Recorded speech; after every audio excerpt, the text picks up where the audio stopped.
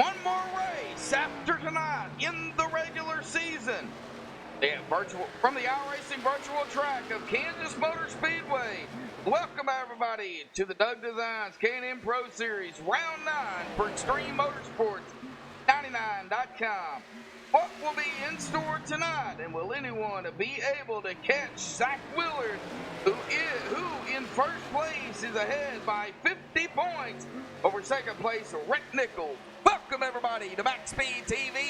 I am of course Joshua Medlock alongside tonight, as always every Monday night, Gary Wells. Gary, another event, another action, but here at a different track, Kansas Motor Speedway, buddy.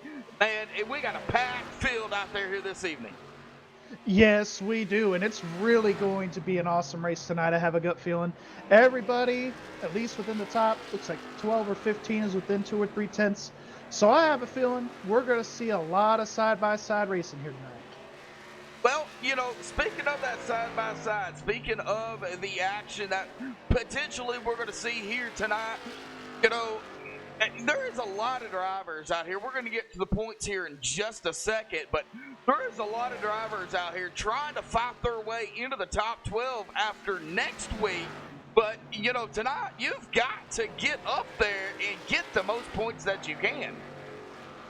Oh, yeah, definitely got to get the most points that you can, and I don't mean to bust your bubble here, but it looks like here between 12th and 14 in points, there is about a 25-point gap, or no, a 15-point gap, because there's a tie for 14th in points. Yeah. So it's really, these next two races are really important because they can make your season to be in that championship 12, or it could really break it. And we'll definitely see a lot of guys try to pull some bolder strategies and make even some more desperate moves to try to make that cut. Yes, all right. Yes, sir, Gary. A lot of action going to happen for sure here tonight. We're going to jump right into it on MaxSpeedTV with the pre-race analytics here. Real quick, we've got an air temp of 71, a track temp of 73, 125 laps, or did they change it? I'm showing 135, but I did see 125 when I was preparing for my race here tonight. So okay, so 135 laps here tonight. On the schedule it says 125. However, it's 135 here tonight. 187.5 miles. Tire and fuel window. I've got them about the same, 35 to 45 laps, Gary. You know, that fuel, you know, it probably might be a bigger factor than the tires, seeing that this is an asphalt track, not concrete. Not really going to use up a whole lot of tires, but it will use up that right front more than, you know, let's say the left rear or that right rear. yeah, at a track like this, especially with the progressive banking, the lower you're at on the track, the more your right front takes abuse. I think if these guys can get an outside lane going, which it's going to be very hard to do, by the way, it seems like right now the bottom is the place to be. If you could get any point of even the middle lane or the high lane going here tonight, it will be a lot less wear and tear on that right front. All right, well, we're going to get down here to the nitty-gritty, the point standings. Gary Wells here, and this is close, but it's not close really between first and second, but in a sense it is, Gary. We'll get to that in a minute. Zach Willard with 309 points. Rick Nichols up 6 spots, the biggest mover here this evening. In a second, 259 points, 50 behind Zach. We'll get more on that here in just a second. Orlando Rivera in third, 256, 3 back. Bradley Wetzel up a spot in fourth, 255, 1 back. Alexander Brown and Chris Seidenfaden. Alexander Brown up 2 spots. Chris Seidenfaden up 3 spots. Tied here for that 5th position at 253 points. 2 points behind Bradley Wetzel. Yeah, and Bradley Wetzel right there. He's been really improving here as of late. 7th place here tonight. We've got Paul Irvin. He fell back 5 spots this week. He had a horrible run at New Hampshire this past week. 8th place, we've got Alan Hilton with 244 points. 9th place, we've got Edward Bray with 233. Then it's Christian DeBoer. He fell down 6 spots. He had a big fall this week with 232. And 11th place, we've got Brian Washington with 224 points. And rounding out the top 12 as it stands today, Rick Christensen gets in by a total of 5 points, and he's got a total of 215 points heading into tonight. Oh, yeah, but it doesn't end tonight. No, the thing. It does not. And that's what'll really make it interesting. Guys like Jeremy Horn, a.k.a. Martin Truex, Blair Patterson, Lee Staples tied for 14th there. They're only 15 points behind Rick. If Rick were to have a bad race tonight and Jeremy Horn and Blair and Lee all have good nights, we could definitely see a shakeup, because even from 14th to 11th in points, there's still a 24-point gap. So a lot of points to be made and a lot of points to be lost here tonight.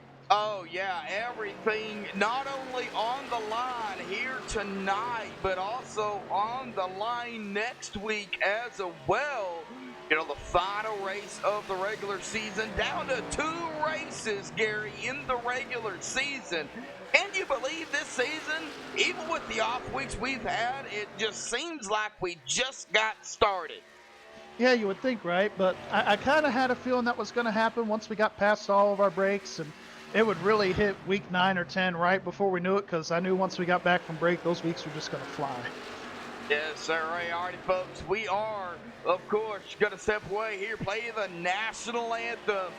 Don't go anywhere. We've got more points to go down, team points to go down here tonight. Boy, it's going to get interesting and extreme here on MaxSpeedTV. Don't go anywhere, because we will be right back.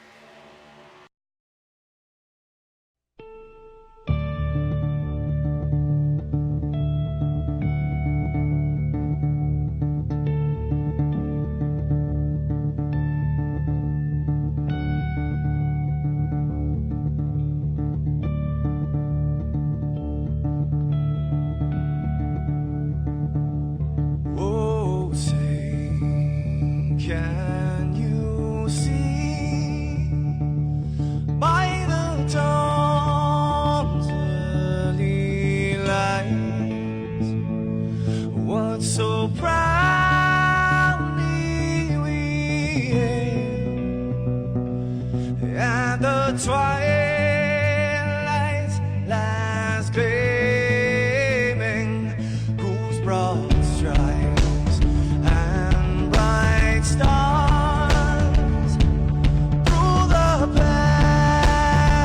perilous fights, oh, the ramparts we watched were so gallantly streaming, and the rockets red flash, the bombs bursting in air, gave proof through the night that our flag was still there. Oh, traitors that star-spangled banner, yeah, wave for the land under the fray, and the home of the brave.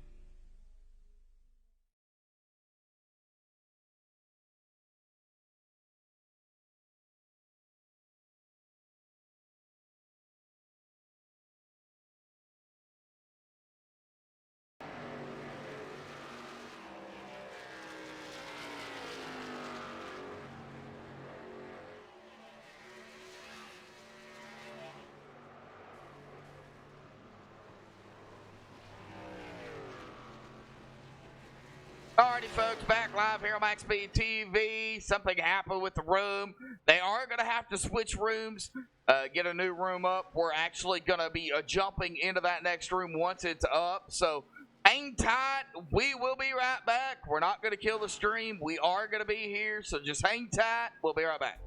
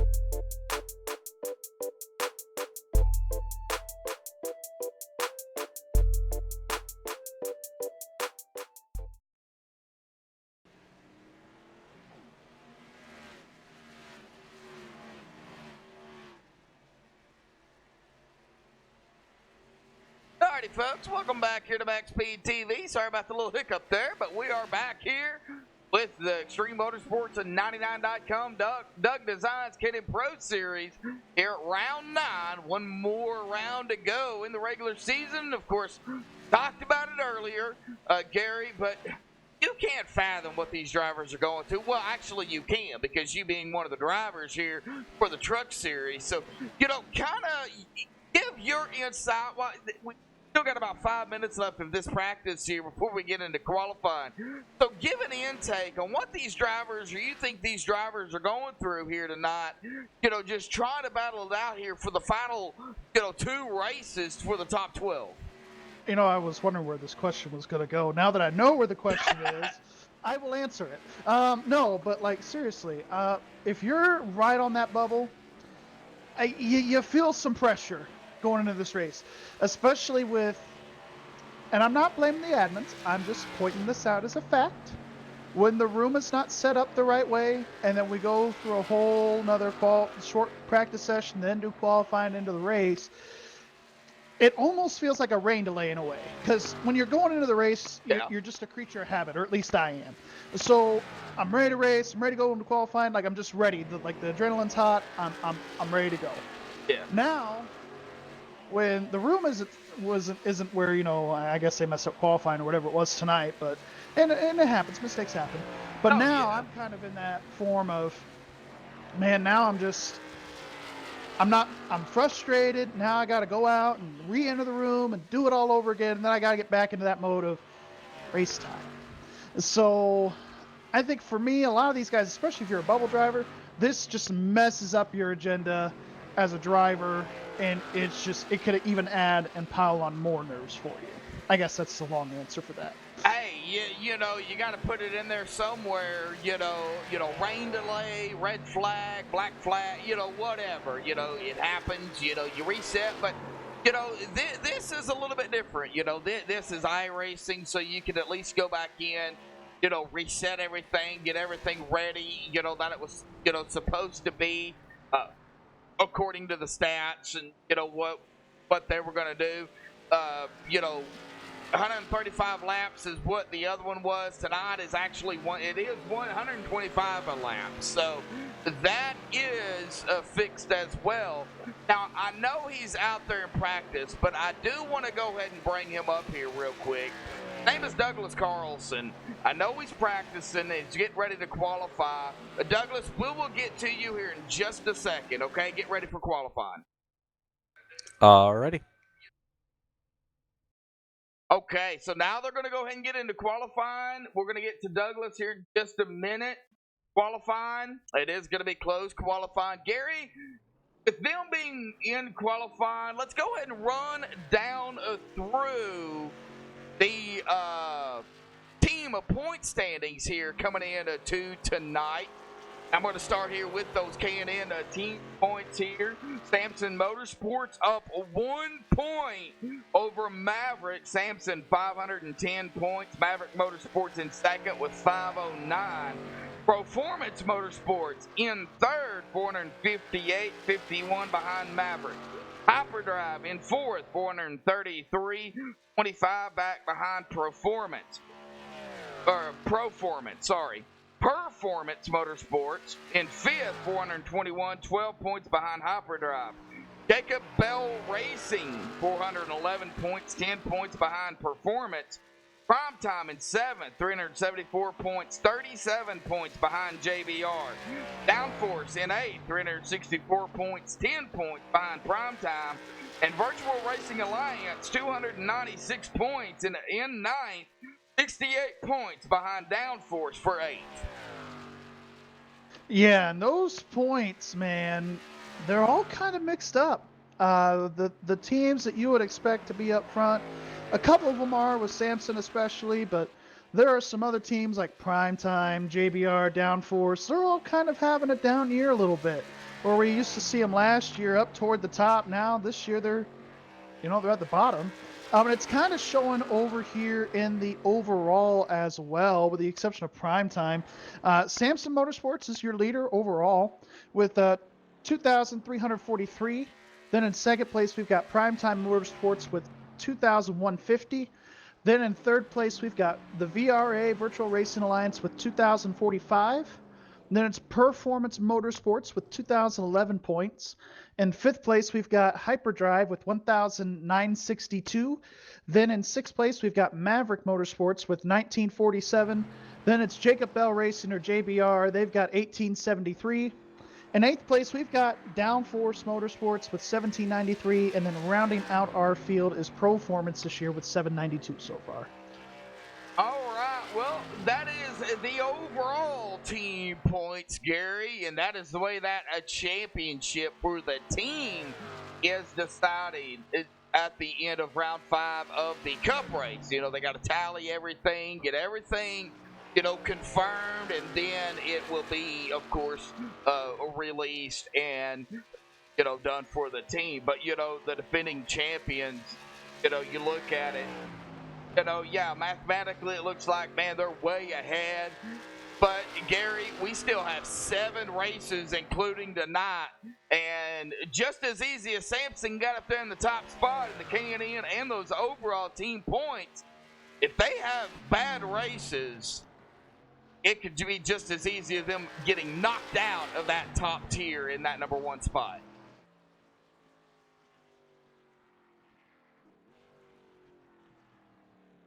Gary?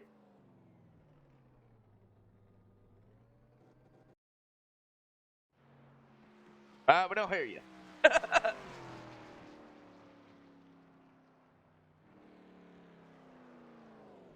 Okay, Not sure what's happening to Gary here.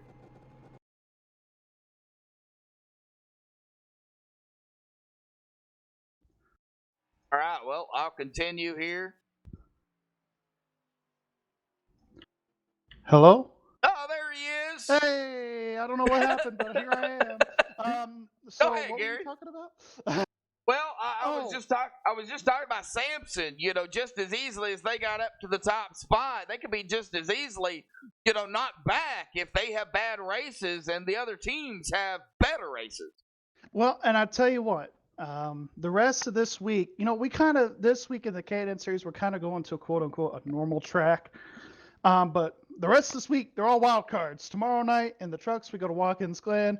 Then we go to Daytona the rest of the week, Wednesday and Thursday. Yeah. So this week in particular, could really shake up not just, truck, Xfinity, and Cup points, but it could really shake up the overall team points. Because if you have a bad race or two in these next couple of days, if you're a Samson or a Primetime, you could lose those spots. Or if you have a really good week like Downforce or Jacob Bell, if they might have a really good week, they could easily be moved back up into the conversation of team champion. Yes, sirree. Well, let's go down here through the top 5 here real quick because it is qualifying. I'm sure everybody out there wants to know where everybody has ended up now that everybody has gotten, into the driver's meeting. They are in a driver's meeting. We're not going to be allowed to talk to them until they go back into their respective rooms. But, Zach Willard, no surprise. He was, the fastest in practice in the last lobby. He was fastest in the last qualifying in the last lobby. He is up here in pole here tonight.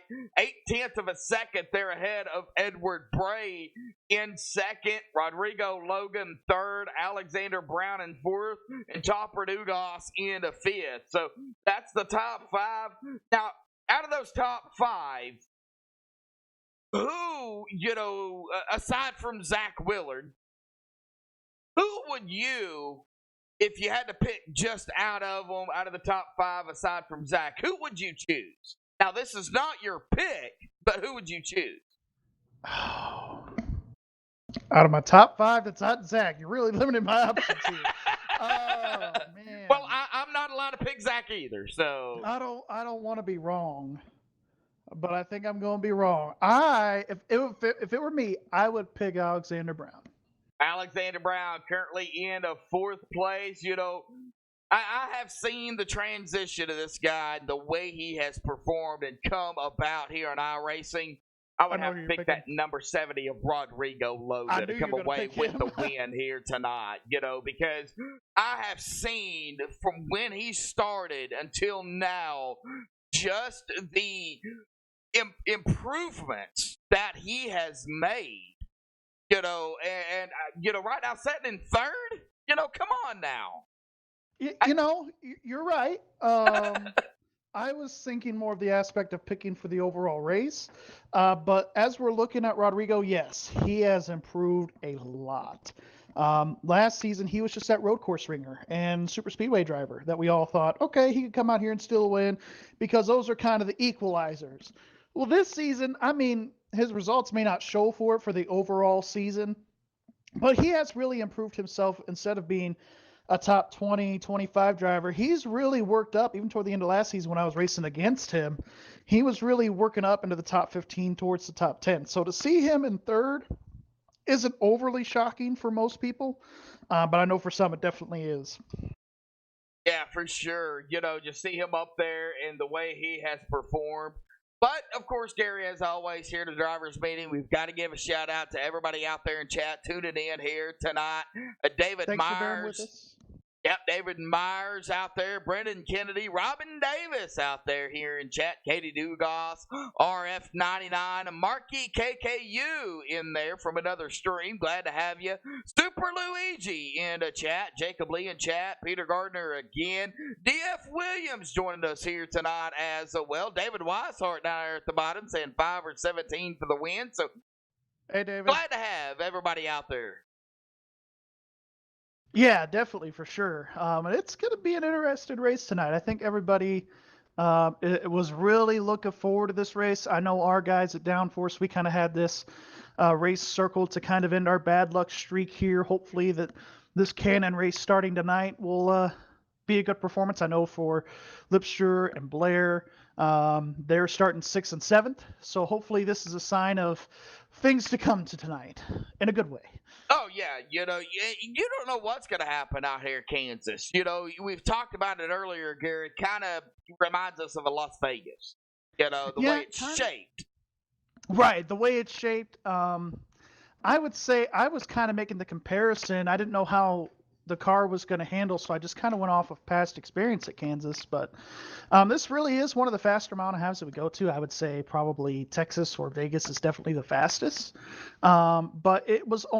I thought this place was going to kind of remind me of a little bit of a Darlington tonight, simply because everybody was going to have to run up against the wall to get some speed. But after doing some practice laps myself, it seems like with this setup, you can run a little bit everywhere from the bottom all the way up against the wall. So it'll be interesting to see how this race unfolds. Oh, yeah, for sure. We've got 125 laps we're pulling tonight. By no means going to be a quick race for sure.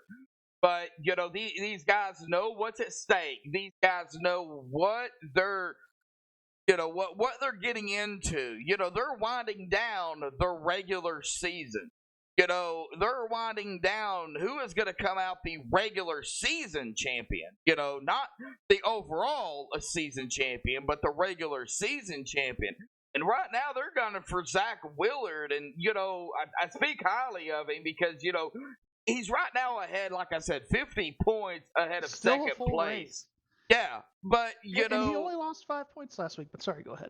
Yeah, but 2 races, Gary. Rodrigo right now, or Zach. I'm on Rodrigo, so that's where that came from. But Zach Willard, right now on the pole, that does not mean anything. And I'm not downing Zach. He had an awesome season.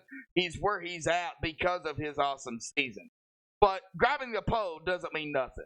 You could start on pole and finish dead last. But Zach knows how to race. Yeah, he really does know how to race. He was one of those guys that was pretty good toward the end of last season. He was really starting to catch on, probably got some better luck as the season went on. But I know for Zach, this season, it's just really lit up for him. Like, it just clicked, kind of like how you hear my fingers clicking just now. Yeah. Like, he has had all the luck at times. He's had all the good runs that he's needed to have. I mean, out of the 9 races, he's had 7 top 10s. That's incredible. Like, you cannot. Those are video game numbers back on the console days when you're playing like EA Sports, NASCAR Thunder. Those are video game type numbers that he's having this season. And I mean, his 6 top 5s, a lot of those are second place finishes too. So he's had really a great season. Oh, yeah, for sure. And, we've got Jacob Bell in chat. We've got Alan Elwood. Oh, Elwood out there in chat, from what I call him. He got his nickname from me. So, because you messed up his name one time? Yeah, is that it? Yeah, it slipped and it just stuck. So, that's hey, it works. But, Jacob and I'm sure Bell. He's cheering on our VRA drivers tonight. Oh, yeah, he is. 41-35, 111 for the win here tonight. That's what Alan is saying. Jacob Bell saying the 79 got this, but 70 is his dark horse. So, Jacob Bell, the owner of JBR, he's got a good understanding of his drivers, Gary. And, kind of elaborate, as an owner, what it takes to get these drivers in and, just to get better over time. And, yeah, I mean, I'm not an owner. I don't know. Go ahead. Well, I mean, as far as an owner goes, it's really a big responsibility. Not only for just like having to deal with league stuff. We have meetings. We meet every week, every other week, or something like that. We're always thinking of ways to improve the team aspect. Then you got to take care of your drivers. If they're not getting along, or if they're not getting along with somebody, then you got to do this and that. Honestly, it really comes down to if you know the personality of drivers, you know what they're good at, you know what they're not so good at. Yeah. Then I feel like you also try to find some guys with experience like we've got it down for. So we've got a lot of green guys, a lot of guys new to iRacing. Then we also got some guys that have a lot of experience. and also have those guys with a lot of experience. They can help bring the young guns, the new guys along. And I think we've done a solid job of that. It's just not shown in the point standings as a team right now, but it's getting there. Yeah, for sure. That was You it. know, yeah, for sure, Gary.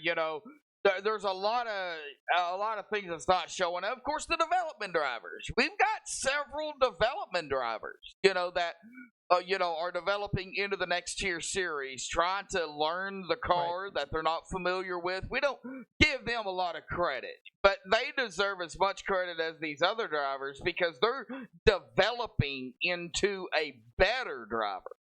Yeah, and myself included, I've had the fortunate to run a couple cup races this season. It was one of those things of we didn't have a cup developmental driver. That's how I kind of got the ride, to be quite honest. But it's been a whirlwind experience getting to learn the cup car a lot more, seeing how these cup guys race instead of just watching the spotters tower every week. And then of course Blair, he's our Blair Daddy Patterson. He's in the 31 here tonight, but he's in the 91 for his developmental races, and he is really, although he hasn't had the best finishes, and the development drivers really aren't supposed to have that. They're not supposed to run good. Yeah. And I'll explain that here in a minute. But he's been running top 25, top 30. We're hoping with him this week at Daytona. I think this is the last one of the regular season. Hopefully he can maybe run top 10, top 15, top 20. I think that's kind of our goal with him this week is just finish the race, finish in one piece. And I think that's really all you can ask of your development drivers. Yeah, development drivers, they're developing into a better driver. And, of course, standbys, Gary. We don't mention them a whole lot, until they get into the race. But standby drivers, newcomers that are coming in, getting familiar with the drivers, the league, and the way things are ran here. It's a totally different experience when you're just used to going out there. You got a lobby set up, you got a league, going out there racing, and it's done.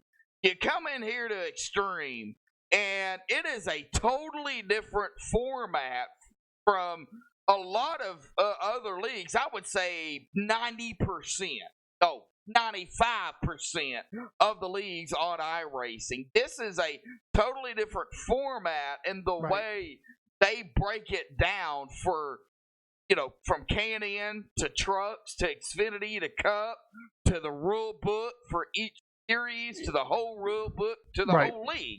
Go ahead. I mean, just the way when I entered this league, I thought was pretty good. Just the way it was structured. Simply because you got the cup guys; those are your best guys. Those are the guys. Potentially, I know some of them. I'm not quite. I can't confirm anything, but I've heard of a couple of guys out of this league have actually gone up and tried going for pro and peak and all that.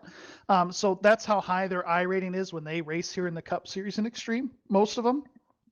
Xfinity, kind of your semi-pro, kind of like you're really good, maybe not quite good enough to run in Cup yet, but you definitely are trying to get there. I think that's everybody's goal.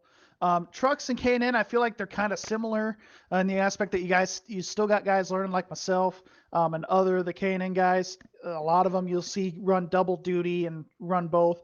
And it's just mainly to get track time, get laps, log laps, learn how each vehicle drives and that kind of thing. So, but really it's just amazing to me how they have a rundown from bottom to top. It's almost structured like real NASCAR in a lot of ways.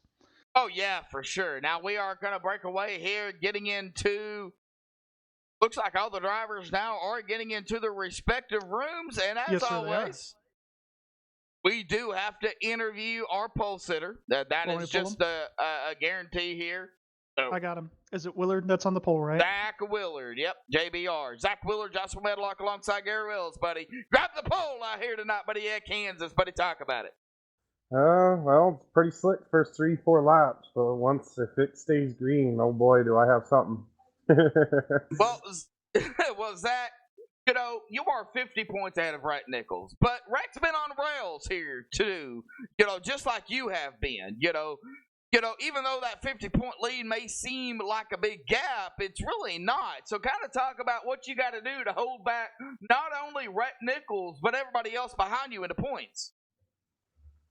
Well, what I feel like I got going for me tonight and possibly the next 3 weeks is 1.5 mile tracks. That's where I shined, and it showed Rhett hasn't been doing really that well on 1.5 miles, but he's really good at these road courses and short tracks and technical tracks. And tonight, my goal is just to get a top 10. Really, that's all I want. Just keep, stay leading the points. I feel like if I get a top 10, I'll stay up there.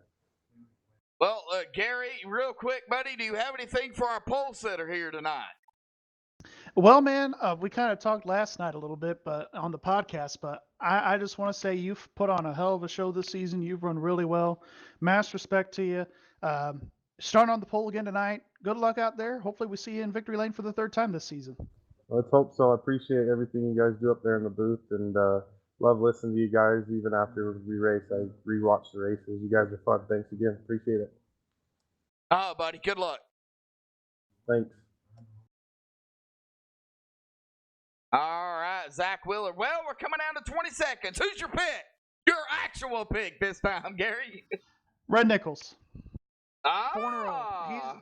He's the hottest driver. I put it here in my notes right now. He is the hottest driver. He's won 3 out of the last 4. He's won 3 in a row.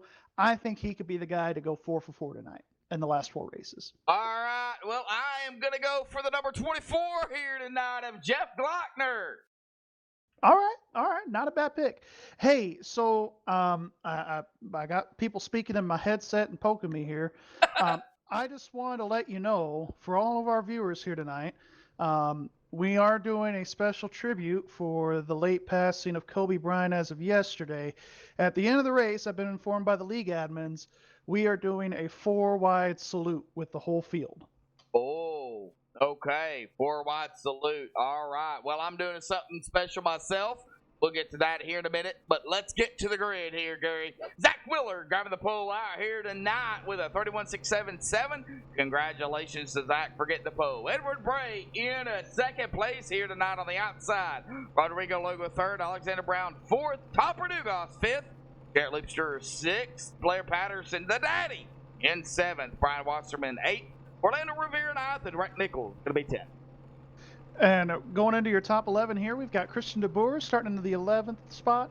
In 12th, we've got Andrew Fessenden. And 13th, we've got Paul Irvin. And 14th, we've got Bradley Wetzel. 15th, Alan Hilton.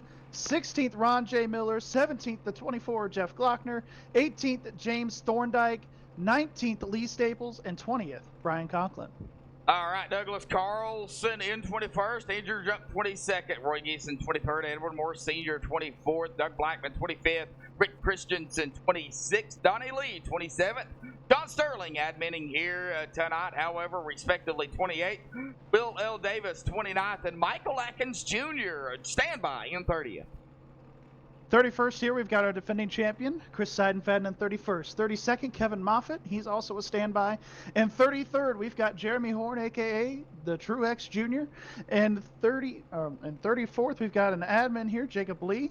35th, we've got Timothy Smith standby, making his debut here tonight in the 35th spot. And rounding out our field is going to be Rick Donathan Sr. It looks like he's going to be starting from pit road. All right, everybody on the grid here this evening, and they are rolling off here tonight. Getting ready, we have a green flag sponsor here tonight. Just coming on board here, and I know Gary Wells has the stats on that, and I do as well. But I'm going to let Gary introduce them. Well, I just want to say as we get going here through turn 2, I'm going to give it a little early today. The night time is the right time. As we turn the lights on here at Kansas Speedway, we're going to see a lot of good racing here tonight. And tighten those belts, driver, because we're going for a heck of a ride. But tonight, we've got an all-new green flag sponsor. This time, we'll be taking the All Paws Animal Hospital green flag. And that is for all green flags. That is after the caution, they come back to green.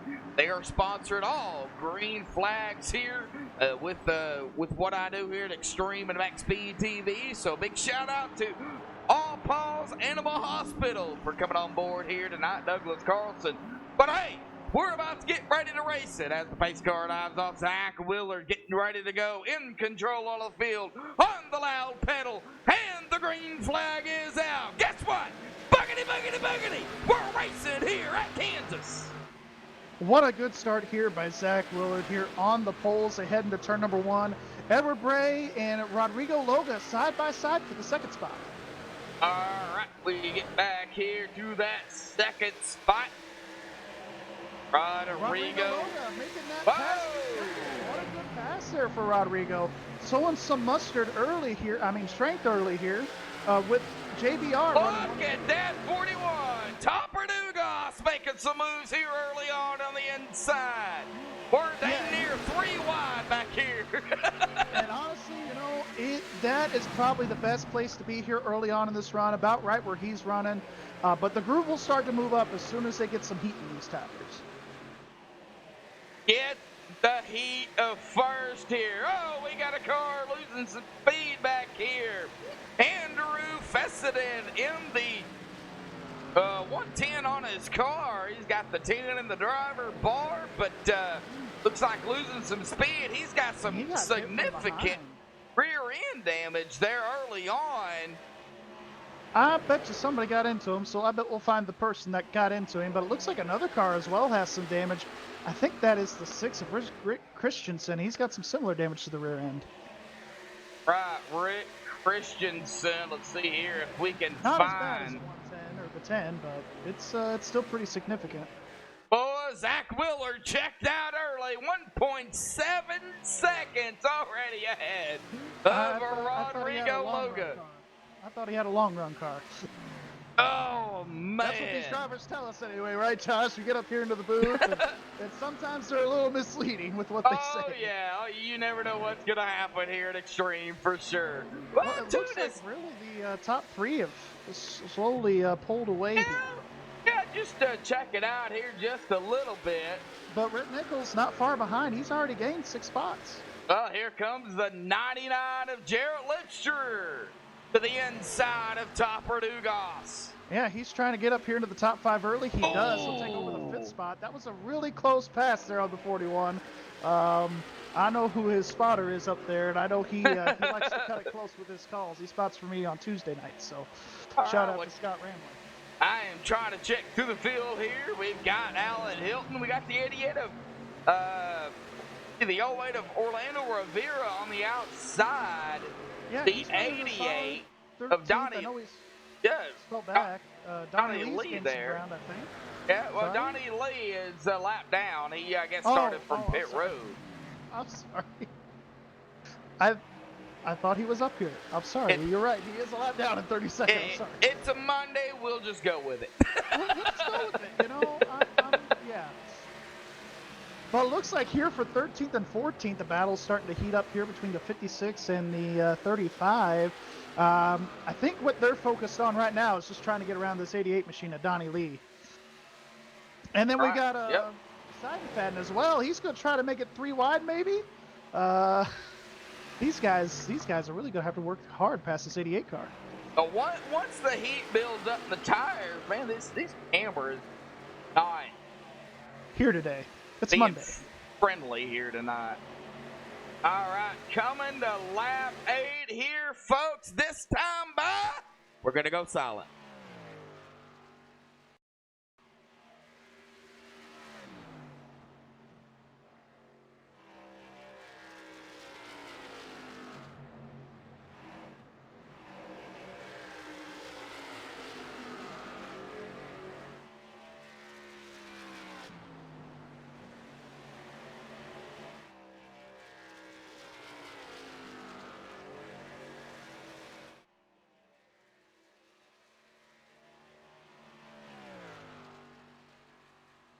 All right, back live here. A moment of silence here for memory of the ones lost in the crash yesterday. Here, this just tragic here. We're also going to do that on coming to lap 24 as well. So just to give everybody a perspective of what I wanted to do. And you hate seeing that. You know, Gary, I know. 3 wide for a second. I'm sorry to interrupt you here. Oh, yeah. Oh, we got the 70 going around. Oh, big wreck up front here. Rodrigo. was a 56 sliding in last second. Oh, Rodrigo Loga. There's Involved. got to be netcode there. I'm going to take a look All back at it right. here because I was right on the 70. You know, we saw it live here.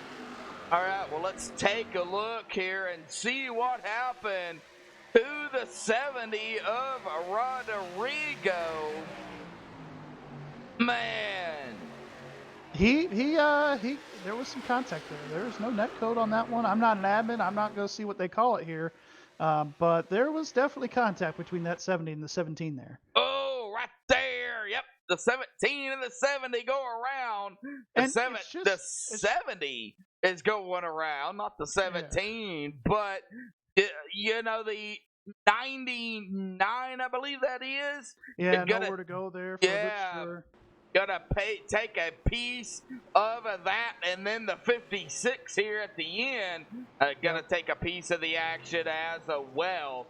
Well, I will tell you, as a driver, and this is really no fault to either party, but you've really got to have more track awareness, especially early on in this race. I know Rhett really wanted to make that pass right there, but something's got to tell you, lap 10, lap 11, we're 3 wide. Something's got to tell you, hey, let me just get behind Rodrigo and then try to get him in the next corner. Because Red definitely has the car, really fast car, as we've seen here early. Yep, Jefferson in chat. Wolfyon Music out there in chat. Glad to have you. I cannot pronounce that. D-A-I-T-H. Diach. I guess that's how you pronounce it. Yeah, Diach. We'll go with that.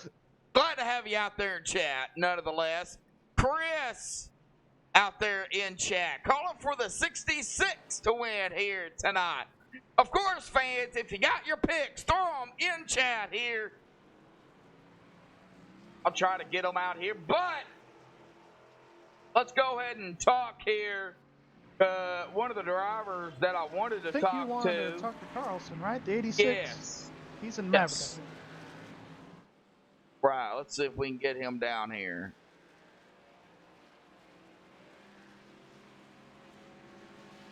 No, he's not. Oh, shocker. Change of events. Let me see. I'll look for him. Found him. Good call. RPM. All right, Douglas Carlson up here. Joshua Medlock at the MaxSpeedTV booth alongside Gary Wells. Got a copy. Yeah, go ahead. Well, Douglas, man, out there racing it up here at Kansas, buddy. Currently running back here in 18th. You know, talk about the track here first and foremost, but talk about what transpired here over the weekend as well with me and you talking. Well, yeah, the track is definitely a little bit slick. First 5 or 10 laps, car's going to be definitely a handful, but it's a lot of fun in order to be able to drive it, so we'll have to see how this looks on a long green flag run here. But over the weekend, I had a chance to talk with the vet clinic that I work at, and we decided that we wanted to at least give it a chance to be able to work with MaxSpeedTV and you specifically in sponsoring one of your flag situations that you have there. So I believe it's the green flags are sponsored by All Paws Animal Hospital out of St. Louis Park, Minnesota, where I work at. So we're a smaller vet clinic, but we're one of only a few in the state of Minnesota left that is not owned by a giant corporation, but is owned by the veterinarians that are actually working at the clinics. So we take a lot of pride in everything that it is that we do. Well, we do appreciate it here, Douglas, for what you're doing. But, man, there are a lot of things here, you know, on the track here at Kansas. And, of course, first and foremost, like I said, you know, you coming on board, All Paws, you know, just throwing something out there. But a lot on the line here tonight, man. What is it going to take? A lot of it just has to deal with making sure that you're keeping your car clean. That's kind of the biggest thing is that, you know, because this track, it's going to be slick for a good while here. But it's all about keeping the car clean and then just trying to make sure that you have enough in order to be able to get to the end of the run. So I think we have a pretty good car in order to be able to do that tonight. So hopefully we'll be up in victory lane. All right, Douglas, well, let's get back to it side by side, ready to go. Green flag, buddy. Good luck. Thanks, Josh. All right. And I did hear word while you were having that interview that Yep. Zach Willard, obviously, as we could see here, has elected to take the bottom for this restart. All right. Yep. Zach Willard to the inside. The six of Edward Bray to the outside. And a quick review here while we got time. For that caution, it was caused between contact between the 17 and the 70. Rhett Nichols did receive the EOL in the 17 car for that. All right. Get them going. All right, coming to turn 4, turns 3 and 4 here, getting ready for the pace car to leave our racing track here so we can get this thing going. Pace car is off. Zach Willard already getting them going here. Green flag back in the air. We're back underway here at Kansas, sponsored by All Paws Animal Hospital. Wow, I couldn't even say that one time fast. Zach Willard already getting a good jump here on the field as they're already side by side for second once again. Yep. And we Oliver got in a second. caution. Oh, we got a caution. All right, let's see if we can get Trying back to see who to it it. is. Timothy Smith. Back Back here and take a look. See what car is happened he in? here. 137. Okay.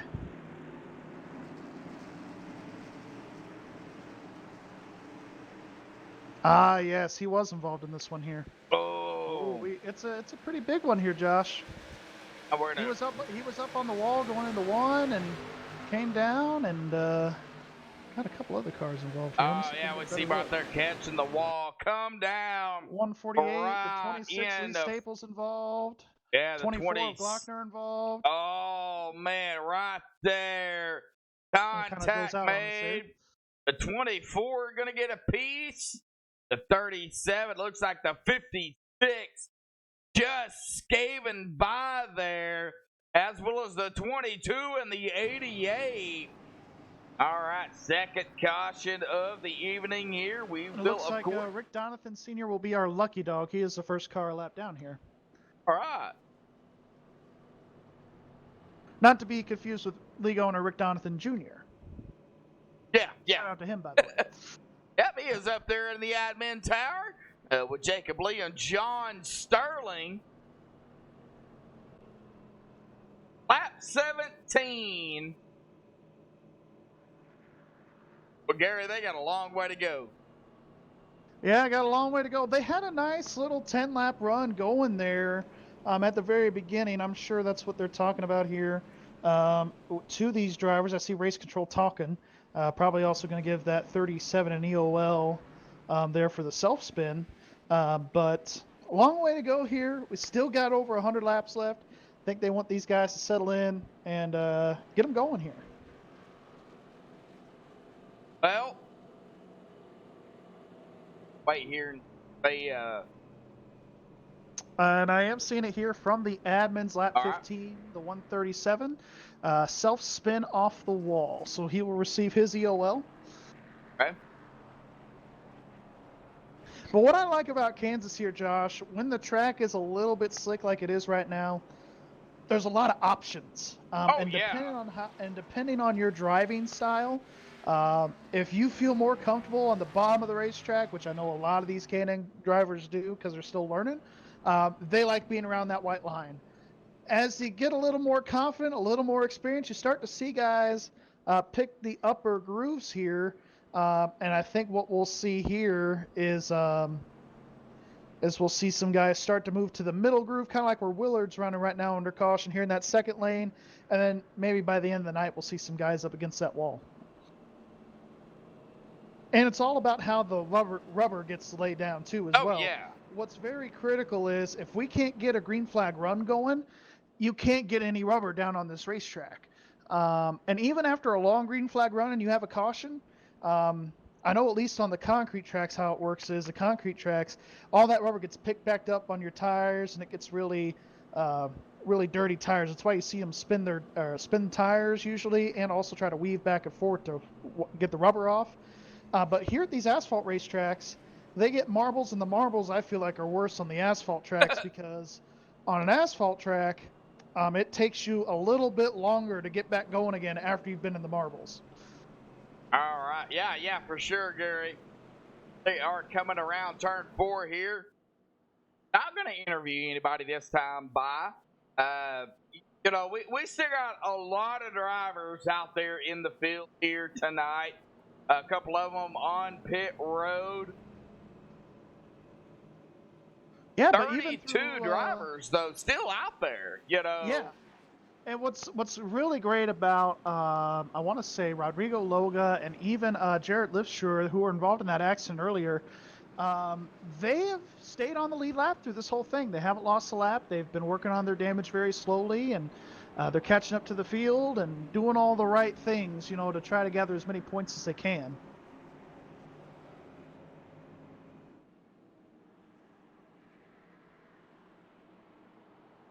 And Willard, of course, will be taking the inside row again.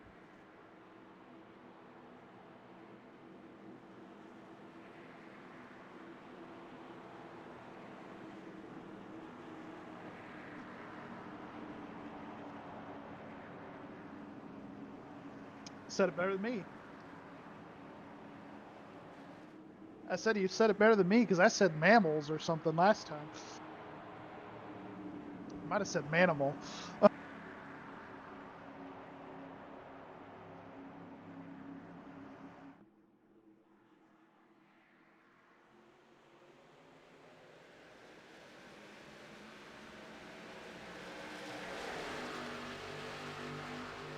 You nailed it, Josh.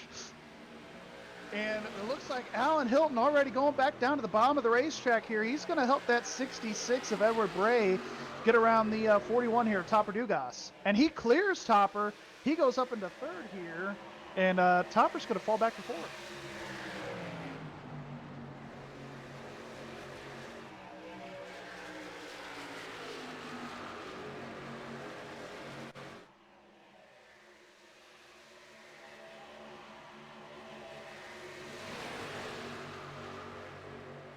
Three wide here, looks like for about 13.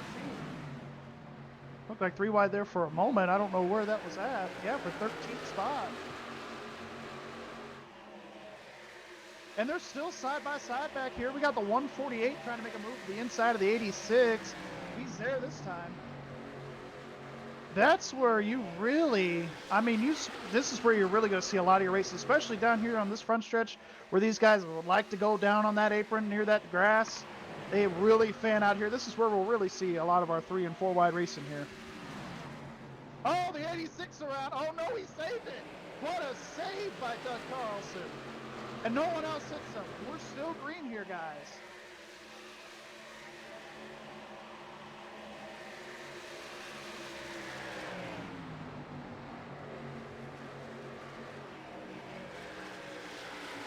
And that's what I'm talking about. Really good save there by Doug Carlson. And that's what I was talking about, where these guys just have a lot of options here. You can use the bottom, you can use the top, and you could still gain time on these guys. But now I think after his, oh, you know what moment for Doug here, I think it's,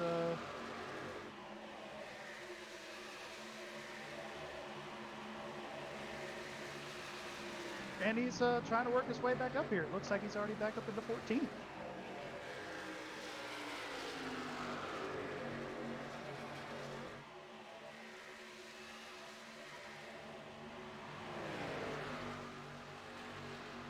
Definitely one of the bigger movers. Yeah, these two guys haven't left each other just quite yet here. They're still here together, working their way up through the fields. We see Jeremy Horn trying to poke his nose inside here. But I want to go back to that save with Doug. That was probably save of the year so far. And look at this slide job that the 78's going to try to pull here on the 103. The 103 kind of losing some speed here.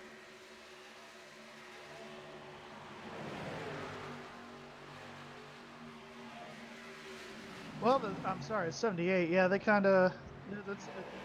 I don't know why I said 73. It's Monday. But meanwhile, Zach Willard has pulled out to a commanding lead of a 1.5 seconds on these guys. Look at this 3-car battle here for second place.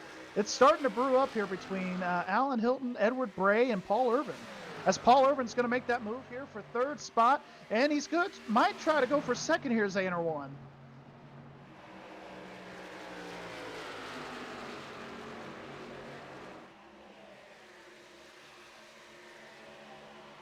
and brake and really get that outside lane going now. We've had a couple laps under green. I think that's where we're starting to see this grip come in on this high side. Really tight racing between these guys. They're putting on a really good show here. Oh, Rhett Nichols I saw got loose there in our back end here. Oh, that was... Oh, they look the same. I'm sorry. I just kind of assumed. As they're battling here for 7th spot here between him and the Daddy Patterson. And Rick Christensen not too far back. Look at these gaggle of cars here with the 148, the 67. We got a caution.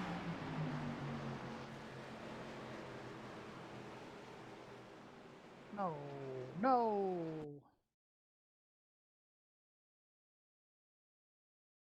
Well, we don't want to talk about that. Oh, here's what happened. It started in turn 1 here. He was all over the back bumper of this 111 car. He was all over his back bumper here to his outside. The owner's just going to keep his mouth shut on this one.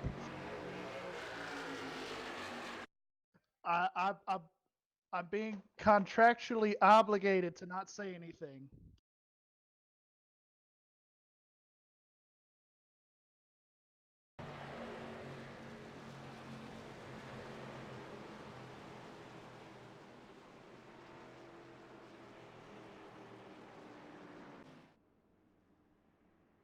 And I think that's going to end the night there for the 99 right there.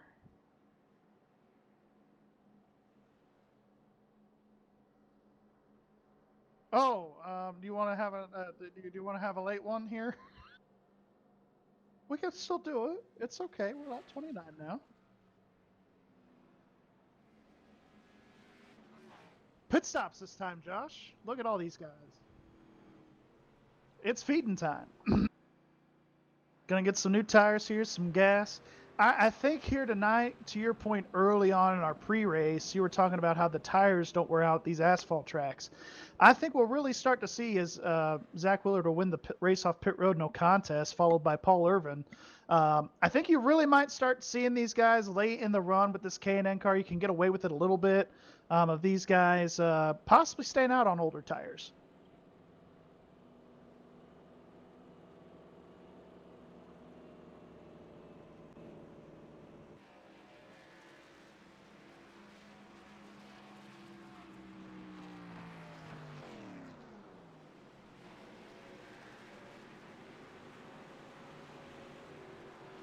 What about Michael Atkins? He was making some noise there early toward the end of that run.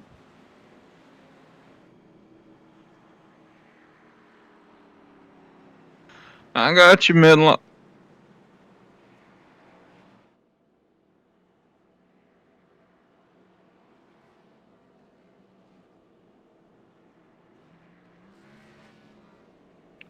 You know I can't give out a secret, man.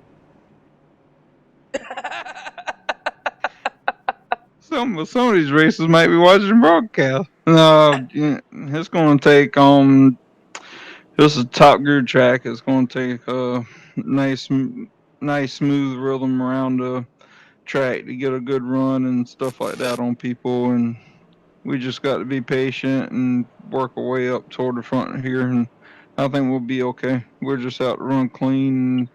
We're not in for points for running for a championship, so we're going to run as clean as we can be around these guys and try and give them the best run for the money. All right, Gary, anything for Michael? Well, we saw that you were really shaking it up with the 31 and the 67, the 08, that last run. Looked like you were doing pretty good out there. Just keep it up. Notice that you climbed up 19 spots here since the start of this race. Just keep up the good work. Well, thank you. As far as noise, yeah, we've been making noise, beating and banging on the walls, so.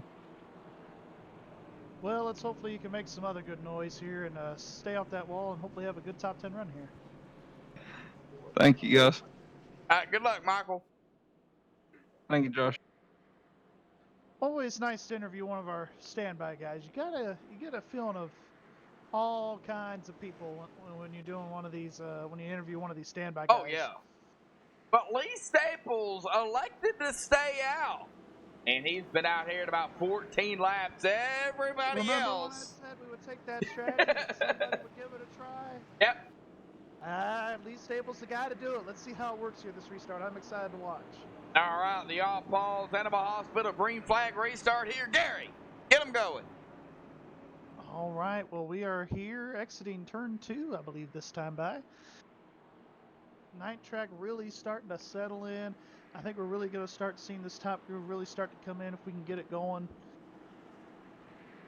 But getting ready here. Track temp still at a solid 72 degrees. Going through turn 3 this time. We've got Lee Staples, Zach Willard, Paul Irvin, and Edward Bray, all hyperdrive, and JBR, your front 4. Then an honorable mention for Performance Motorsports now in Hilton Run in 5th. Getting ready for the pace car to dive off track here. Pace car leaving the racing surface. Lee Staples now controls the start. And green flag is back in the air. We're here underway back at Kansas side by side. To the line here, these guys are for first and on back. Looks like Lee Staples might have spun the tires. Not as good of a run as the rest of these guys here. Oh! Exit 2, it looks like they're going to try to do it a little early here. Not 3 wide yet. Really bottled up that bottom lane as we start to see the top lane take over here. And it's going to be a JBR 1-2 once again. But Lee Staples not going to go away in 3rd spot. Oh, man, that was rough. I thought we were going to have a wreck here. And I thought we were about to have another one just now. But these guys coming on the apron and back onto the racing surface. I feel like, at least this is my personal opinion, whenever you leave the racing surface and go onto the apron, you lose your right of way. Yep.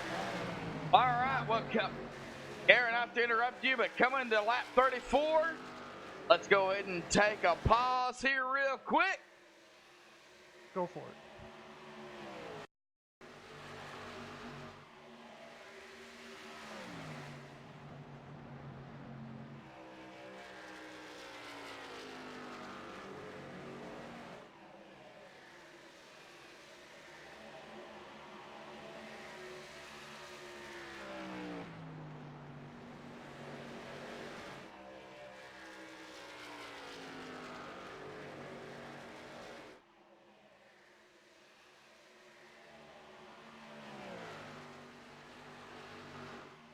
All right, lap 35. Oh, good Lord. I had to stroke for you. It's okay. They're all gone now. They're all single file. Well, I didn't do it on lap 24. I figured I'd go ahead and do it on lap 34. You know. Close enough. That's Jackson. All right, I know. He's looking at Staples. O'Brien. To Wasserman here running real good inside our top 10 here. Yeah, I think that might be a strategy that'll work for Lee Staples or any of these guys later on in the race. Maybe even try a 2-tire strategy. But I think 4, if you're expecting a long run, that's not going to work. Well, you can't forget about any of the other drivers back here either. You know, Bradley Wetzel, Christian DeBoer, Doug Blackman, Rodrigo Loga starting 3rd, Blair Patterson now just coming off of pit road, heavy damage on that number 31. You know, you still can't forget about any of them. James Thorndike, Kevin Moffitt running back here in 17th. You know, we're not even halfway, Gary. Yeah, no, we are not. Oh, some guys getting loose here and trying to corral their cars.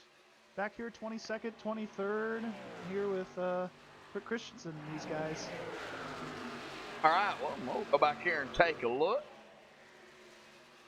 Almost 3 and 4 wide. I've just been kind of going through the field. Normally, we don't have that kind of time. Oh, 3 wide, side by. Oh, and are we going to see a 3 wide here again with Rick? Oh, the 50. Oh, Christian DeBoer tagging that white line there, that apron. Yeah, you don't want to hit that apron here. You can go basically around instantly here. Oh, we talked to him earlier. He's making moves again. Oh, the 5 to the outside. That's going to allow the 148 of Michael Atkins to jump from 5th to 30th. 5th to 30th? Oh, 30th to 5th, sorry. Oh, I was about to say, 30th to 5th. Ooh, you had me scared there. Okay, 30th to 5th. I do apologize. You're good. I was like, anyway. I get it right. They know what. It's a Monday, all right? Let's blame it on a Monday. You know, let's blame it on the Monday. I'm okay with that. As long as we both Look at the run, though. We're starting to settle down here a little Yep. bit now. That outside line. Well, you look. The top 20, about Yep. 10 to 15 laps to settle down. We normally don't get to go through the field like that, so it was very nice to see these guys have a decent run here to be able to do that. Pretty much single file here throughout the field. Back here, Kevin Moffitt and company. You know, he's still got some drivers around him.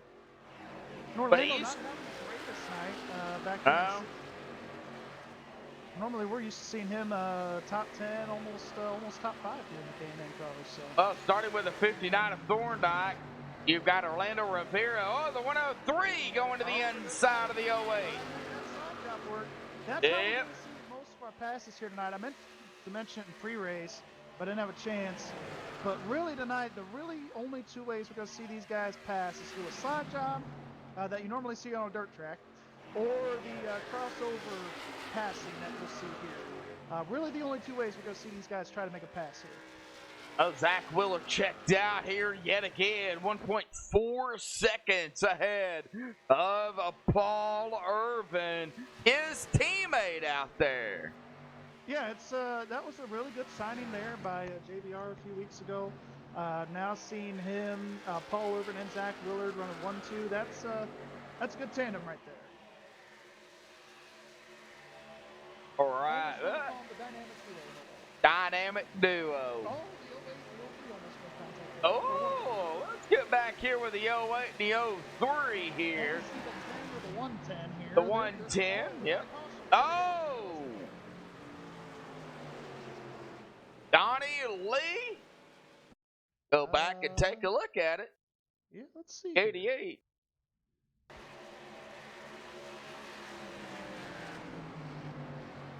Oh, him and the 56 of Christian DeBoer got together.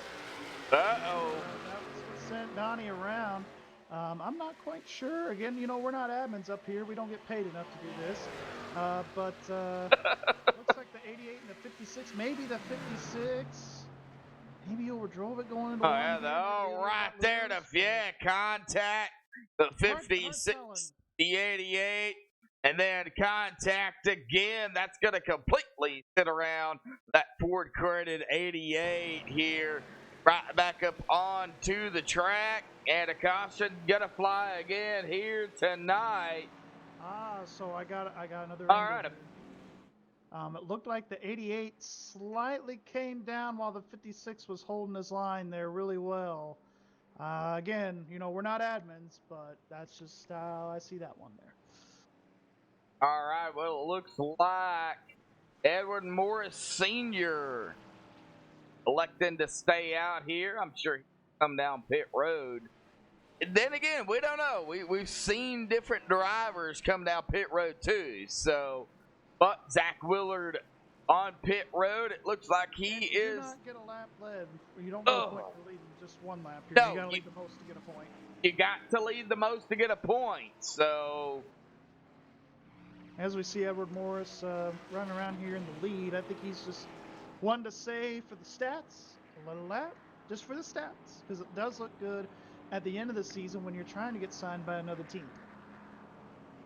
All right, well, let's see here if we can pick somebody else here real quick. How about we go with, I can find him here. Oh, Brian Wasserman. I haven't seen him in a while. Gary, go ahead. Brian Wasserman, Gary Wells in the MaxSpeedTV booth. You got a copy? Yeah, I got a copy. Go ahead. Well, Brian, we see you running here. Top 10, really steady. Right now, you're running 7th, up 1 spot from where you started tonight. Tell us about your race. You're running pretty good out there. Yeah, so far so good. Just trying to keep the wheels underneath it. It's a handful. It's pretty loose. Beginning, middle, and end of the run. It's a handful, but so far so good. Having pretty good luck and staying up here in the top 10. I was going to say, your car is looking pretty clean out there. Just kind of, what's your mindset? We still got quite a bit left in this race. What's kind of your mindset as we approach the halfway point? Are you still trying to keep that clean, or when do you think you're going to try to make that move to maybe sneak in the top 5? You know, I think right now I'm just going to play it nice and smooth and steady, watch these restarts, and I'll maybe make a move into the top 5 inside the last maybe 15, 20 laps.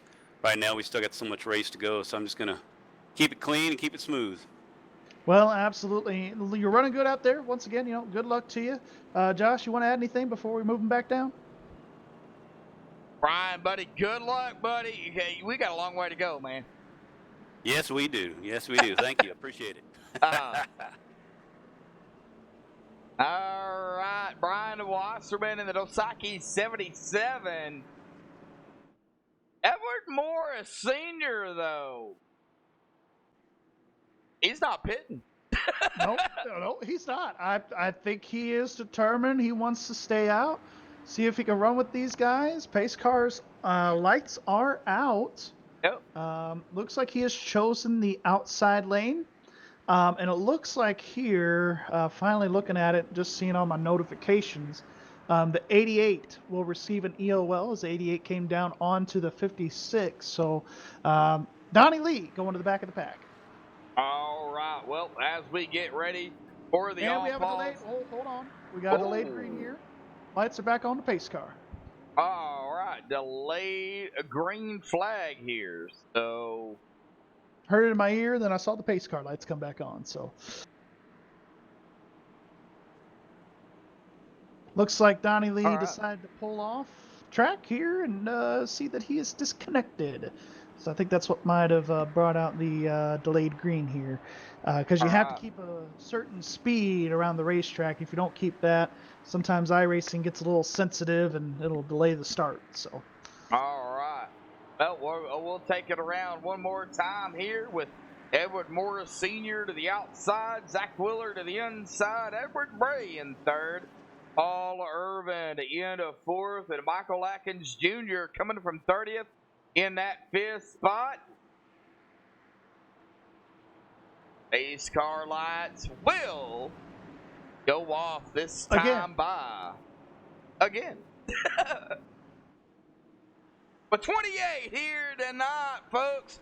As we look at it, we've had 31 at peak here. Glad to have everybody out there here. David Myers out there. Come on, David, wake up, buddy.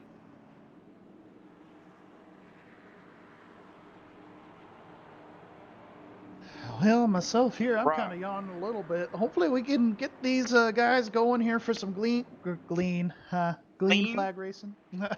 Really? Yeah, it's one of them days, man. It's Monday, I'm telling you. 13. No, I have not had an adult beverage, okay? Oh, okay. 13 likes here tonight. Well, get ready for the All Paws Animal Hospital green flag restart. Coming to lap 49 here. Gary, get them going. I'm glad you made the announcement for the green flag sponsor that time. These guys side by side once again. Zach Willard on the bottom. He's got his teammate Paul Irvin there right behind him in third. Second spot, Ed Morris Sr. electing to stay out here. He's actually going to be our leader, I forgot. And then Edward Bray's behind him in the 4th spot. Pace car's off. Green flag back in the air. We're underway back here at Kansas. Ed Morris having a really good, solid restart there in the AutoZone Chevrolet. All right, Edward Morris. Top 4 looks like they're all single file here going into 1. All right, we're dang near 3 wide with a 9 of Paul Irvin cutting through the middle. Well, here he comes. He's going to try to get below the 66 here. Edward Bray, the 148 of Atkins. I was telling you about. Oh, bumper to They save it. Man, that was close. Got a caution. Yellow's out. Andrew Fessenden involved in this. Let's go back and take a look. I don't know if he had help. Let me see. I don't think there was any contact. No, goes through turn 3, tries to make it stick. I think he jumps back into the gas too hard. You can see the back end start to come around on him. Tries to save it, and around she goes here on exit. All right, And those tires can be very unforgiving when they're really cold like it is. Taking a look at it here, yeah, it just starts to lose control. Right, oh yeah, coming out of 4 onto the tri-oval, and it looks like the 70 and the 8 back there, something happened there between Rick Donathan Sr. and the 70 of Rodrigo Loga as well. I'm not exactly sure, where this caution would come out at. Yeah, I think they're going to mainly call her on the 10 because he was the most sideways. It seems like it makes some more sense. And I think that's how the admins are calling it here, is the self-spin here on the 10. And he will receive an EOL. That is his first offense. All right. Ed Moore Sr. looking like the smartest man in the room right now, still in the lead. Yeah, here comes Blair Daddy Patterson to take his wave around, or his free pass here. Yeah, he's doing his thing here. It's always fun being the free pass winner. I've done it a couple times here since I've joined Extreme, just a few, and it's kind of fun getting around to go around all these guys and come back and circle around.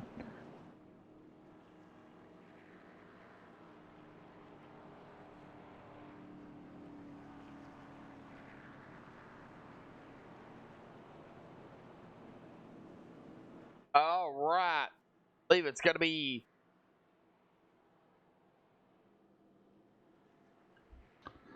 All right. Looks like we're going to have a quick yellow here, you think? No one really pitted. Huh? Still under caution. Still pacing. All right. 62 and a half. We're about 10 laps away here from the halfway mark. See here in the pick-on. You want to pull up Rhett Nichols? Well, I guess we can. Or are you thinking further down? I'll leave it up to you. You're hosting. Oh, let's go ahead and pull up Rhett here real quick. Rhett Nichols, Joshua Medlock alongside Gary Wells. Buddy, got a copy? Absolutely. How y'all doing? Well, we're doing fine, man. Currently running 7th, started 10th here, but, cautions, precautions. We know that. Hopefully you guys down there, of course, can get it figured out, but it is Kansas, kind of like Las Vegas. Talk about the track here real quick and what you got to do to capitalize here to catch up with, Zach Willard. Just keep running the top. We're fast. We've been bad fast all day. We had an EOL earlier in the night, but we've worked our way back up. So just keep doing what we're doing, running the top, and keeping the car clean. Gary, anything for Rhett? Nah, just we've seen it multiple times this year where you get into an incident early, but you always come back. It's you definitely have a lot of fight in you, kid. Don't lose that. I won't. All right, good luck out there, Rhett. Thank you very much. All right, Rhett Nichols, 50 points behind Zach Willard. And into tonight, round 9, Edward Morris Sr. still out there in that top spot. Zach Willard, I think it's going to be a survival of the fittest. Who can save what? Well, right now, looks like Ed Morris is the smartest man. He didn't pit that last caution a couple cautions ago, so he's sticking it out here. And these guys, for the most part, when they could figure it out, they could get on about a 15 to 20 green flag lap run here. Let's see if they can do that here this time. All right, and Ed Morris Sr. is elected the outside again. All right, the All Paws Animal Hospital green flag restart. Waiting for the pace car to dive off here with Edward Morris Sr. to the outside. Pace car is off and away, waiting on Edward. He is on the loud pedal, and the green flag is back out. Here we go, folks.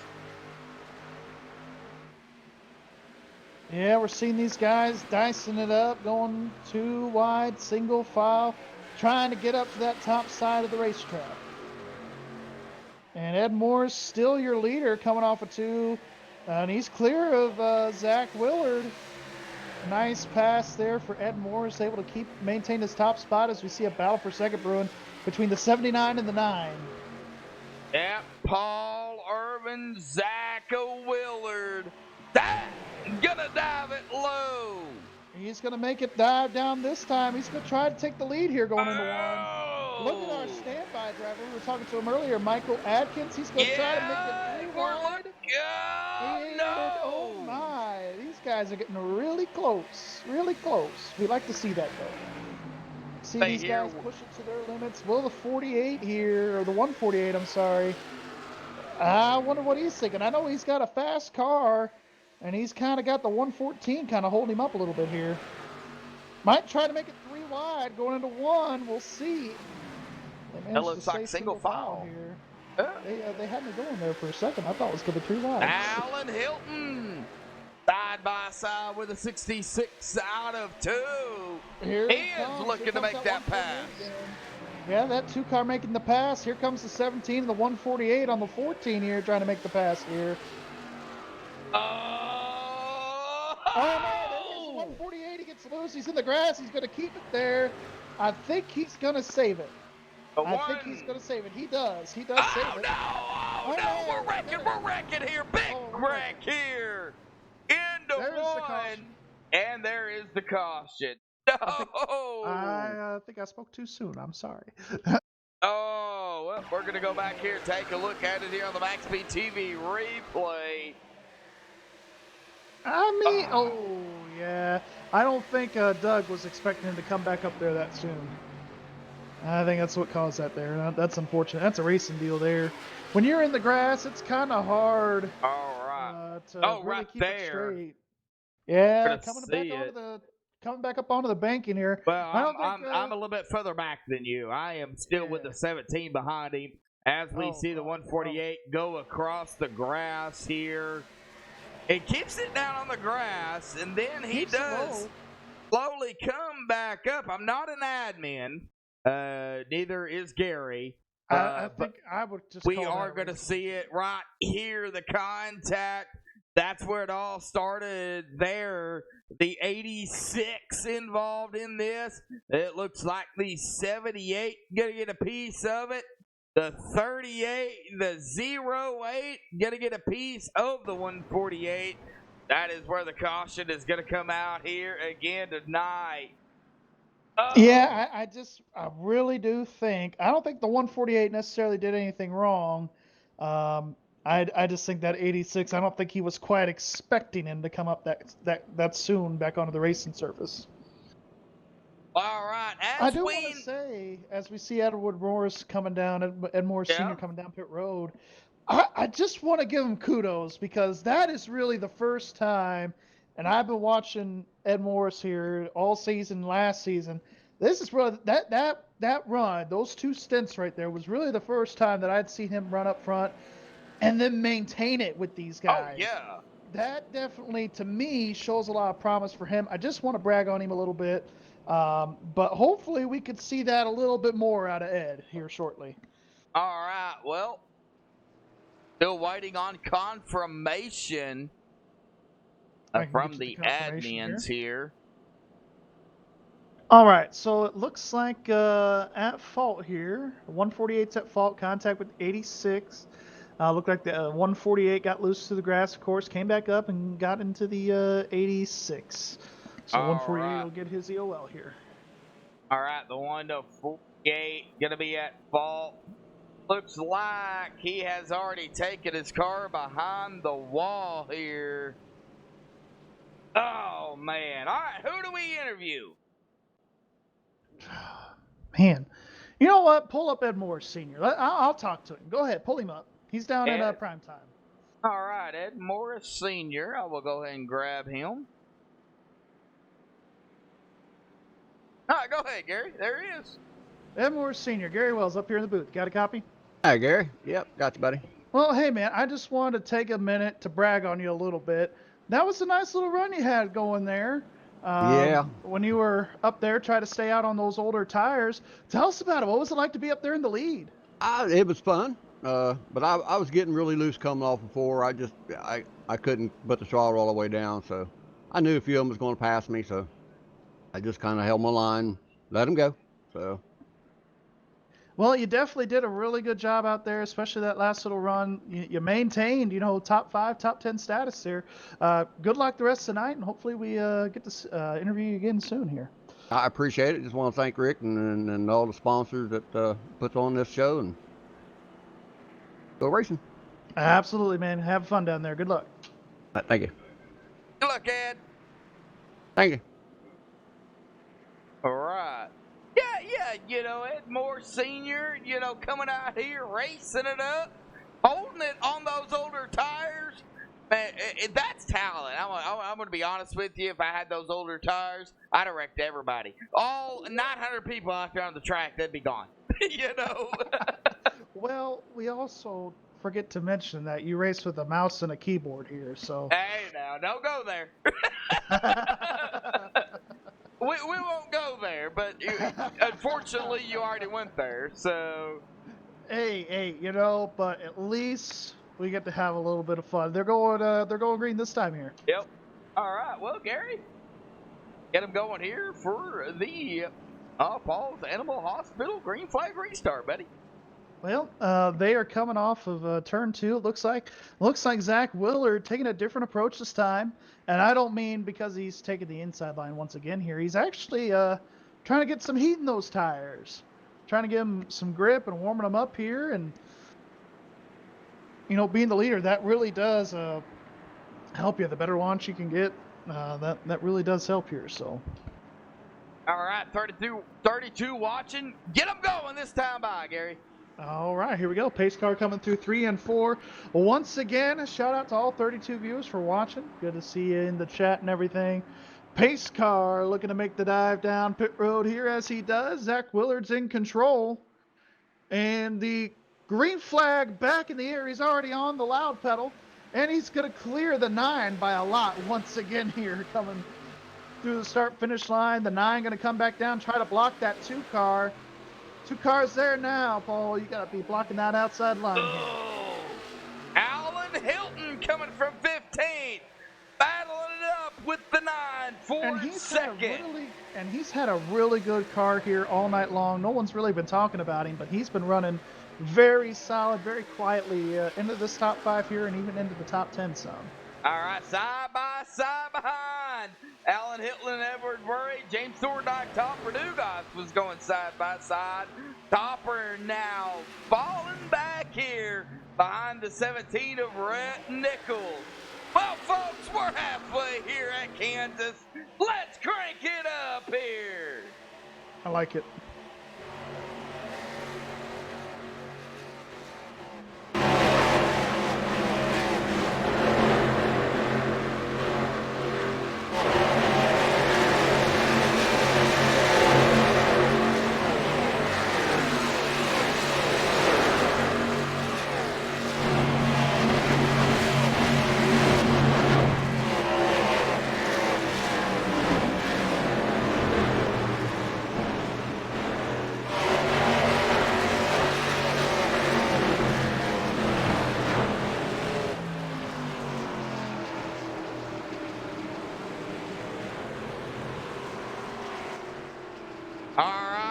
Caution is out, and it looks like the 24 of Jeff Glockner going to be involved in this under cranking up. So let's go back here and take a look at what happened to Jeff Glockner. Well, it Rewind. looks like it's a reaction to the chain of events here. But going into turn 1, it actually starts out with Rick Christensen. He gets up into the wall. And then it looks like a lot of guys get around him. But it looked like the 14 of Ed Sr. was just trying to avoid the 6 car, and unfortunately the 24 was there. And it looks like really no one else involved in this wreck, so good heads-up driving by everybody here. All right, yeah, there we see. Going to see the 24 there spin. Oh, we do see it right here. Somebody, the 103, I believe that is, going to get a piece of the 24. That's going to send the 24 back up onto the track to that outside wall. Well, nobody else is involved other than that. I mean, that was honestly a really clean incident there, but yeah, it looked like just a chain of events starting there with the 6 getting up into the wall, and then with it being a middle to high lane racetrack and the bottom doesn't get used a whole lot, it just kind of bottlenecks everybody right there. All right. 7 cautions, 26 laps, 60 laps to go here tonight. 4 lead changes is all we've had here. Oh, who can get up here? We are going to try to do another crank it up, of course, but sure. In the meantime, let's see here who we caught.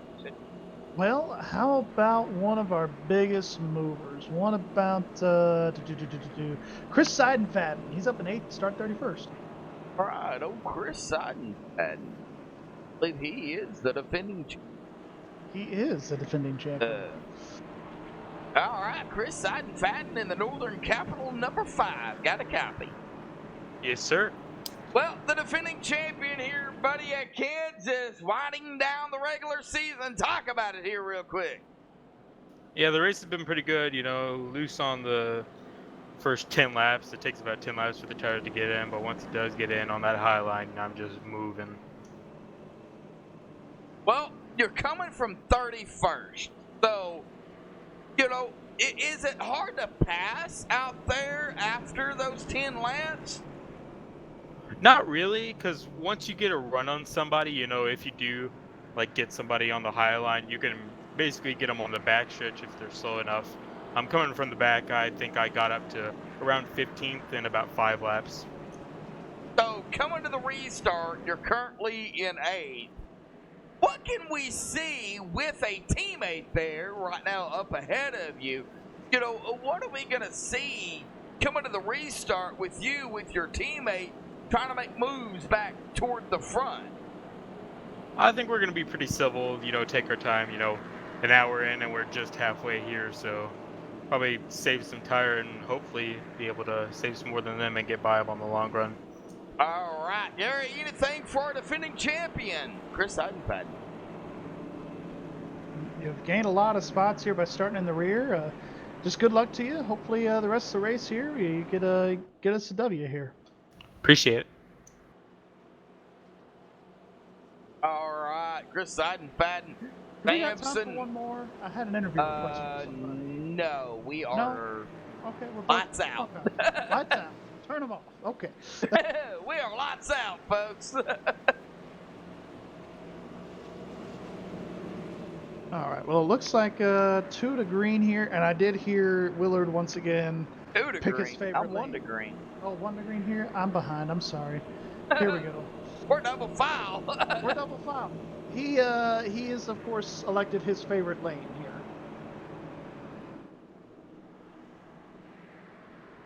All right. Lap 68 coming to lap 69. Y'all pause a green flag, the all pause Animal Hospital green flag. A restart.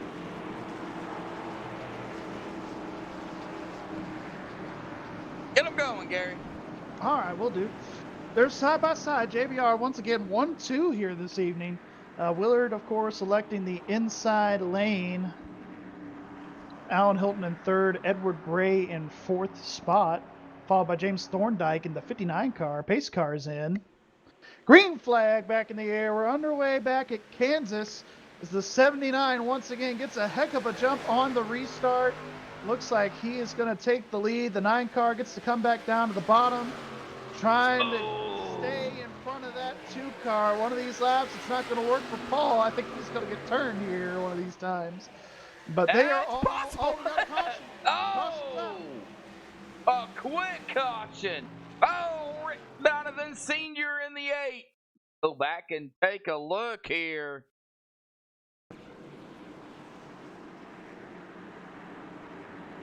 Oh, he had some help.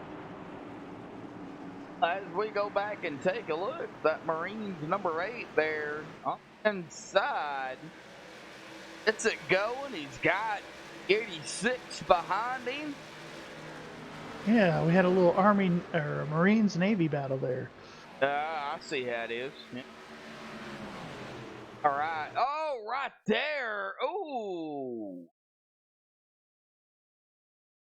Good here. All right there. That's going to send the 8 around. 86. Going to get a piece that looks like to the 8. Net coding, I don't know. I'm not an admin, so I didn't have a very good angle on that one there, but all right. Maybe a racing incident, a little bit of netcode there. All right. Well, Two folks. trying to fake everybody out. It didn't work that time. All right. Well, I'm going to let Gary take over here for a minute. Gary, who do you want to interview here, buddy? Oh, I'm going to pull him up. You'll see. Oh, golly. Blair the Daddy Patterson. I already know who it's going to be. You know it. It's coming here. Blair Patterson. Gary Wells in the booth. You got a copy. What y'all doing? Watching you run in a not good spot right now. 22nd, man. Talk about it.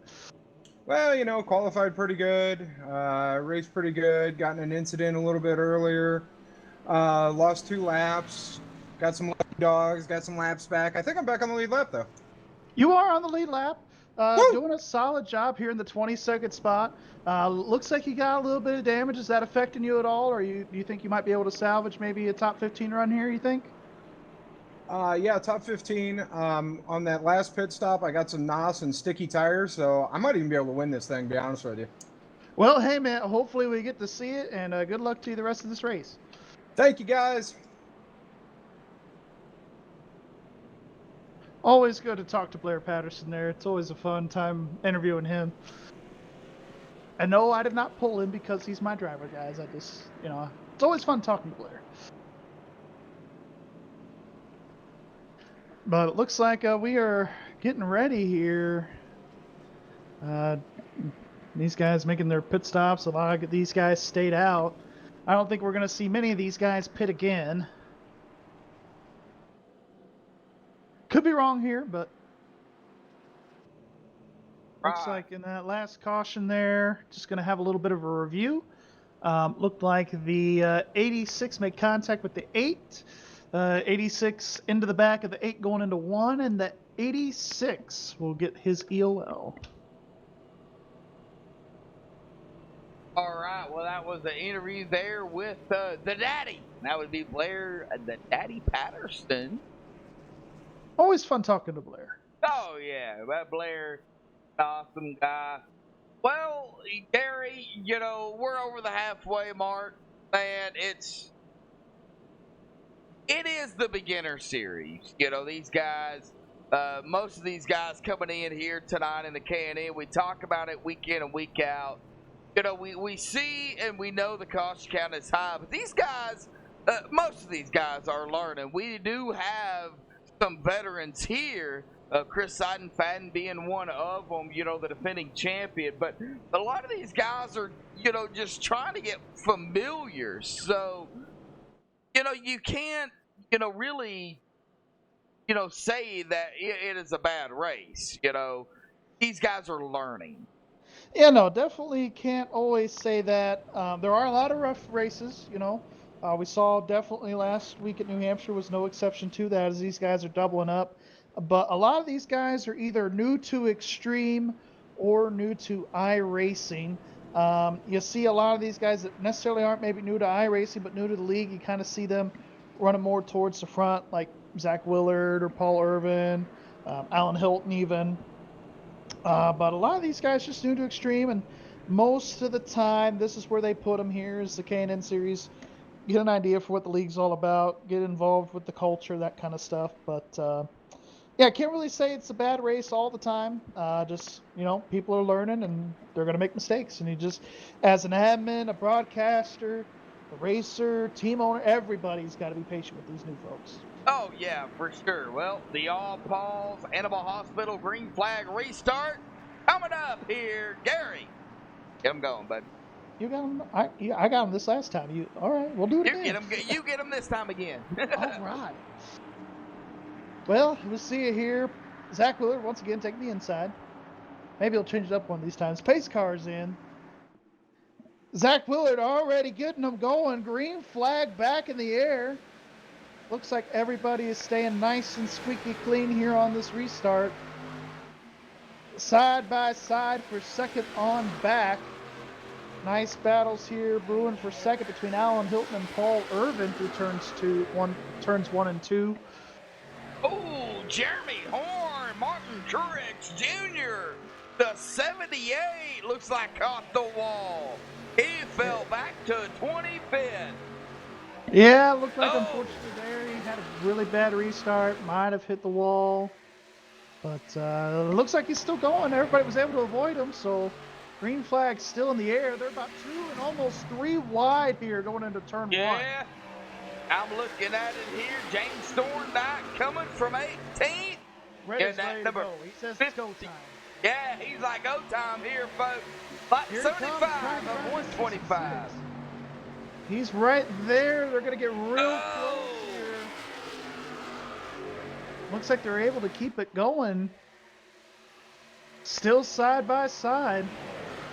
That's what's so tricky. I feel like turns 1 and 2 is a little easier to pass, but 3 and 4 really makes it difficult. Especially as you're trying, you think you can gather all this momentum in the bottom lane or the middle lane, but you got a guy right up next to the wall. It's really hard to try to complete that pass as we see him trying to fall back now. He'll get behind his teammate here, Chris Seidenfaden. All right. Oh, man. Oh, it looked like the 66 kind of had some sparks. I don't know if he hit the wall there, but got awfully close to it. And that's what you're going to see a lot of, especially on the exit of 4. You're going to see a lot of these guys get real close with that wall. As we see Seidenfaden looking to make a pass now here. Oh, to the inside of Edward Bray. Yeah, going to try to make that pass for the 4th position. Seidenfaden so far winless this season. Hopefully we get to see him try to pull it off here tonight. He's going to do the slide job here on the 66. 17 going to go with him. Yep. 17 going to be able to complete that pass on the 66. Oh, wow. 2 Northern Capitals getting around the 66 of Edward Bray. The teammates are coming for Northern Capital. Samson Motorsports. Is it too early to say shake and bake? Because really in between this Northern Capital and Jacob Bell Racing Sandwich, we got Performance Motorsports, Alan Hilton, the lone guy here in 3rd spot. He's got teammates in front of him and teammates behind him, and it looks like the teammates behind him are really starting to close that gap now for the 3rd spot. All right, Alan Hilton. Alan Hilton currently in 3rd. Chris and Rhett in 4th and 5th. Zach Willard, Paul Irvin up here 1 and 2. Oh, Orlando Rivera losing speed. Oh, Ron J. Miller off the track here. No caution. Going to go back here and take a look at what happened to Ron. How did he get down there? Let's go back here and take a look here under green flag at what happened to Ron here. Still under green. Still under green, but it looks like he the caught 35 the wall. just rides the wall and wait for it. Wait for it. Here he comes. Here comes 08. Oh, yeah, the 08 right there. Oh, catching the 25 and the 14 as well. Yeah, but everybody stays green. I don't know how they did it. That green flag here. But we do have some guys here. Looks like 35 gonna be. Oh, well, they get around the 8 here. Some lap traffic. Looks like Alan Hilton will have to deal with him next year. Oh, he's starting to fall back. Here comes Rhett Nichols and Chris Seidenfaden already making that pass for 3rd spot. Oh, Seidenfaden into the wall. We talked about him here. Oh, Chris Seidenfaden. No. Oh, we got a caution. Oh, Alexander Brown and the Twizzlers 67. Oh, he's dead sideways here in the track. Yeah, Let's see on the what happened to him here. tri-oval. Oh, just that turn 4, man. It's very deceiving. Normally we see, oh, he gets up into the wall here. That was it. Him and Bradley Wetzel. Oh, we're going to go back here on the MaxSpeedTV replay. Take a look. Oh, we're on the back stretch here. Normally at a lot of places we see this kind of trouble is places like Atlanta, Charlotte, Texas, even Vegas at times, where the banking just leaves you. Oh, yeah, we're going to no see explanation to it. We're going to see it here. That 67 hard into that outside of wall.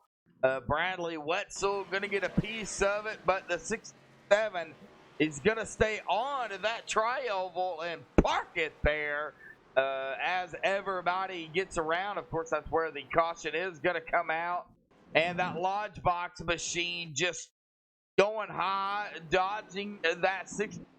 He's going to fall back. That was Rodrigo Loga there in the 70 car. But at these mile and a halves, normally you see the banking kind of just escape them as we see everybody coming down pit road this time. Yeah, not everybody. Doesn't look like it. Oh, somebody pulling a bold move here. I did see somebody pull off. What is that? Maybe we'll see here. A red car. That's specific. Okay, it was a lap down car. It was Rick Donovan Sr. So, okay. So he's just staying out till the pit's open for him then. Yeah, exactly. Yeah. And here comes Roy Geeson here. He's going to take his wave round free pass here. But you know, at a lot of these mile and a halves, you go from banking to flat surface. Where really at Kansas, it doesn't go completely flat. But there is a little bit of an issue there at the exit of turn 4 where the banking kind of, there's no way really to describe it, almost kind of like a bump up there in the high lane. It's where on the exit, sometimes with these K&N cars, it gets a little dicey. And so I think what happened to the 67, on top of getting into the wall, kind of got into that higher lane, a little bit into the gray, and it just kind of sent him around.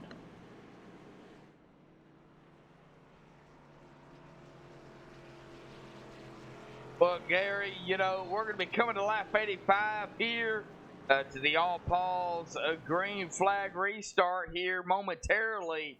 I think it's going to be lap probably 87 or 86. 86, 87. Yeah, 86, 87.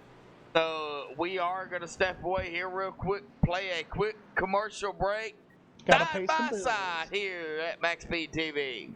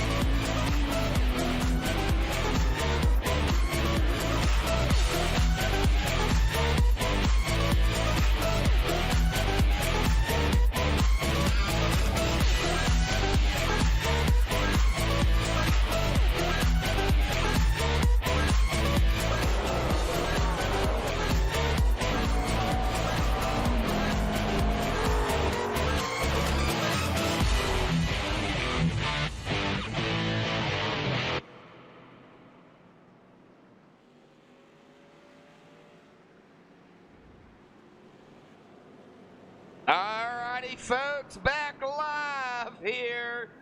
We are double file coming to lap 87 with old Zach. You can't call him the mouse. He's not the mouse. I would say the cheetah. Dak the Cheetah Willard up front here. He's definitely the cat. Man, I think he Paul's is. the mouse. Yeah, 72 laps led here tonight. His teammate Paul Irvin now to the outside. Man, Zach Willard on rails. But he's got a couple of Northern Capital guys behind him. And I think we're going to have JBR and Northern Capital here battling it out. 1, 2, 3, 4. Oh, good Lord. Gonna be a fun restart here. Oh, man, what are we going to have here tonight? Oh, jeez. Go ahead, Josh. Take it away. All right, pace car is off. The all-pause Animal Hospital green flag restart. Zach Willard on the loud pedal. Here we go. Oh, man, that 9 car, Paul Irvin, every time we get past the start-finish line, he makes me just a little bit more nervous every time coming to make those moves. But the 9 got some momentum here coming off of turn 2. First time he's really challenged his teammate Zach all race long. I was watching Rhett Nichols here losing there, going to fall back here side by side with his teammate, the number 5 of Chris Seidenfaden. Will he try to make it 3 wide? I think he thinks a little better of it here. Here comes that 59. He's going to try to make his move this time. Here comes the 2 as well. Yep. The 5 under some pressure here. James Thorndike, Alan Hilton. All right, not going to be able to do anything, but Brian Wasserman in the Dosaki 77 back here, running in 7. He's just been staying around there between 7th and 9th all race long. He's got a bird's eye view. If anything happens up ahead of him, I think, right there, right? Yeah, Brian Wasserman is one of those drivers that he just waits. He is a patient driver, and patience is key. Here on iRacing, here at Extreme, and he just waits for that perfect moment to Dosaki's it. Yeah, for sure. Well, it looks like his time might be coming here pretty quick with the 59.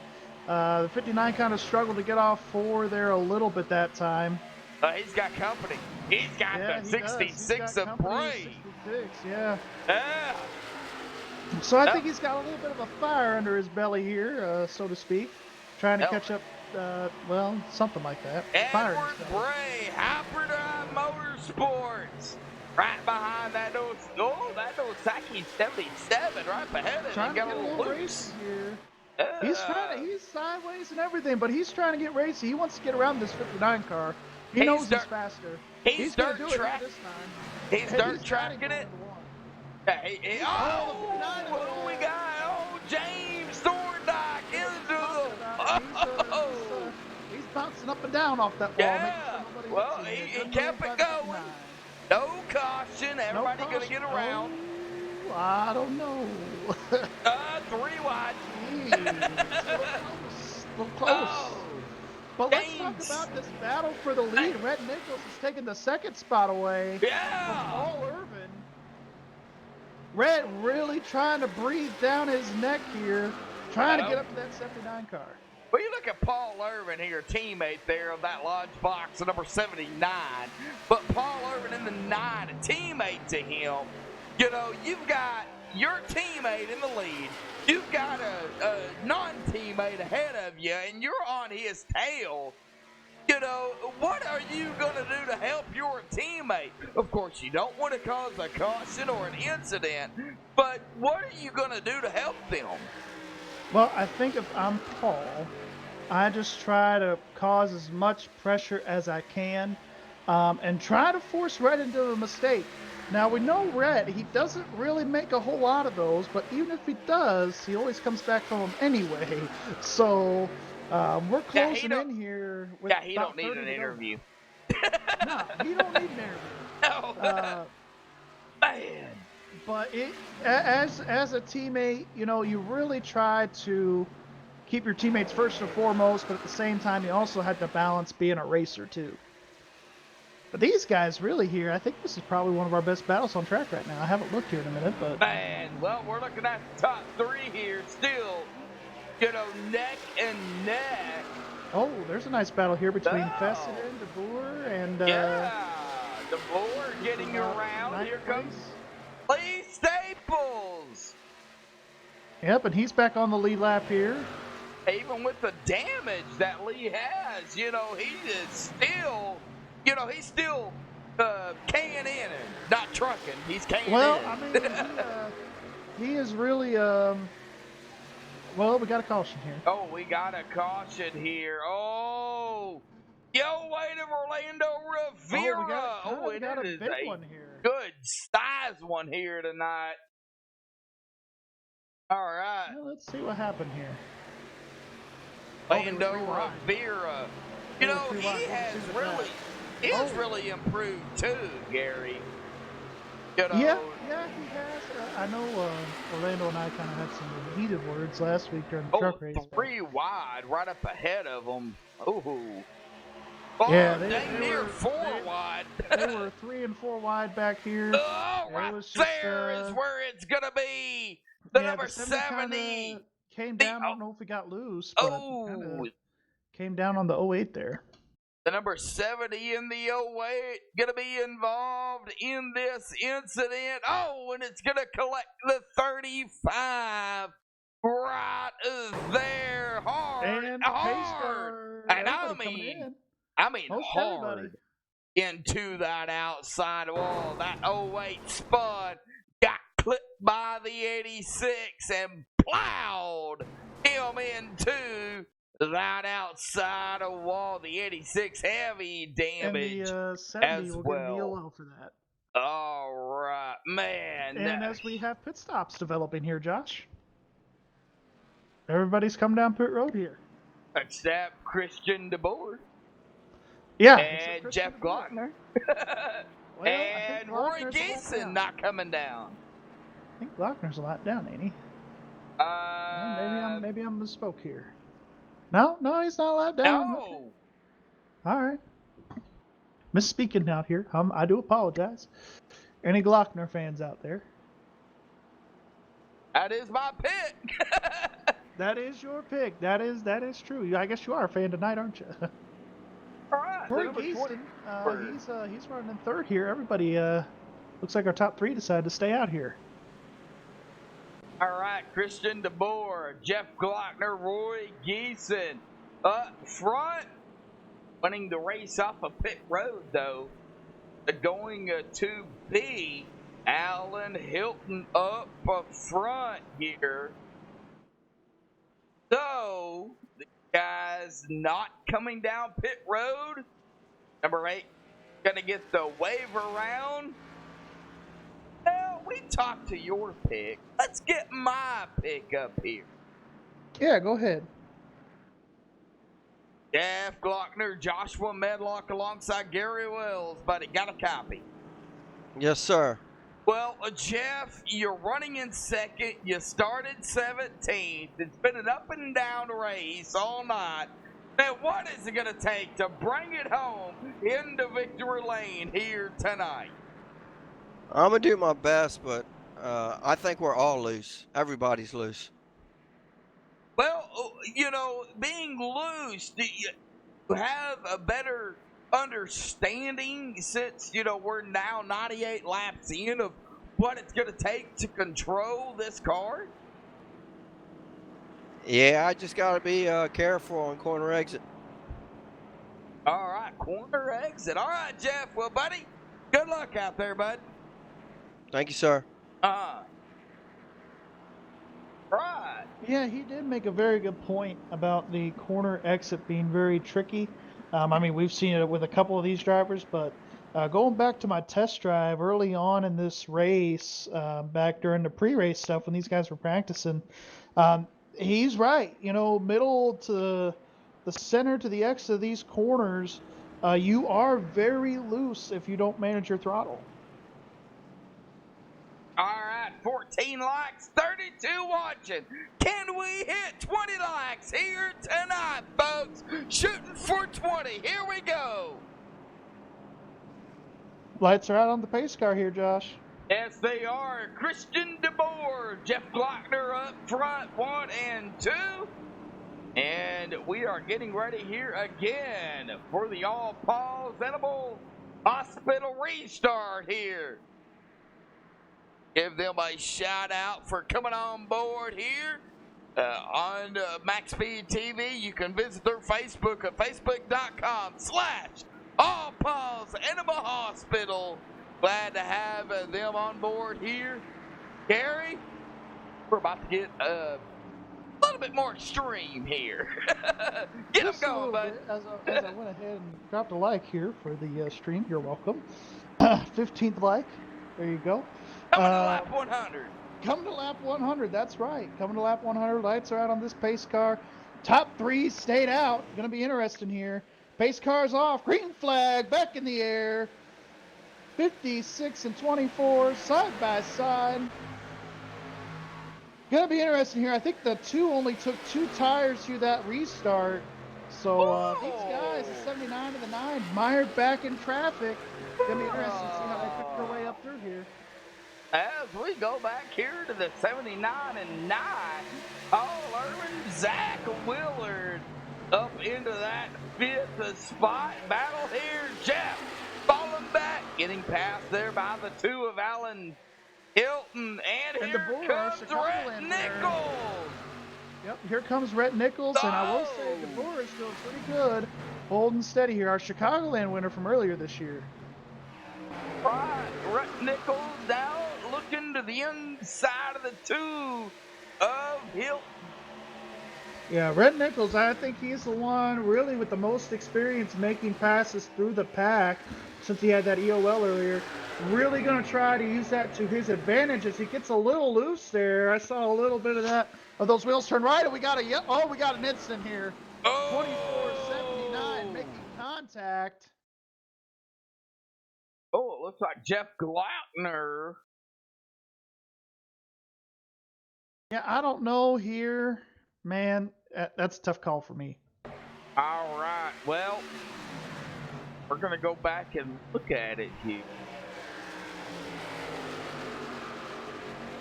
You know, I think it's a lot of assuming right here. This is what makes the apron down here on the front stretch so dangerous, because as a driver, you almost expect that guy on the inside to go to the apron.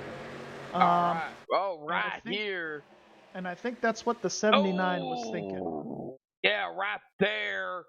Yeah, the 24 and the 79 contact. And I know Glockner pretty well. Oh, man. He's one of those guys that does not like hitting that apron at all, ever. And I think it's just coming from a lack of experience of knowing who Willard races around. We usually see him up front, and we see Glockner kind of be more of a top 10, top 15 driver. So I think here he just kind of thought that he might have thought that the 24 was going to come down to the apron, and unfortunately he didn't. And that's just part of it, man. That's just part of learning well, these guys. that is going to be the caution. We'll wait for the official word here. But lap 103, Christian DeBoer still out of front. And it really doesn't involve anybody else here, I don't believe. So. All right. Well, I do have here caution 11, lap of 101 here. At fault, the 79 contact with the 24. The 79 will receive an EOL. 79 comes down hard on the 24. They got me again here, these guys up here in the admin booth between Jacob Lee and John Sterling, man. Oh, John Sterling and Jacob Lee. Always having fun up there in the booth. I've got to give a shout out to Rick Donovan here. You know, Rick Donovan up there. You know, hanging out here tonight. Well, he's busy. I know he is. I'm just kidding. You know, he's busy. I will send him a poke because I don't mind taking the blame. You know, but you know, there's been ups and downs here tonight. You know, for sure. This is the beginner series. You know, this is where they get their start. You know, so earn their stripes, so to speak. Yeah, you know, so what is it gonna take? You know, we see Now Alan Fox up front here with Rhett Nichols, Paul Irvin, Christian DeBoer, Alan Fox, Rhett Nichols, Paul Irvin, and Kevin Moffitt, the top 5. So, what is it going to take for these drivers here to, wind down here? Final 20 laps coming up, Well, I think we, at least me up here as a broadcaster, I've been waiting. See them use some give and take, let them get strung out. Well, 20 to go, man. But just throw that crap out the window. This is where these guys are really going to show their aggression. And there's going to be no more give. It's going to be all take here, I do believe. So you think the give is out and the take is in?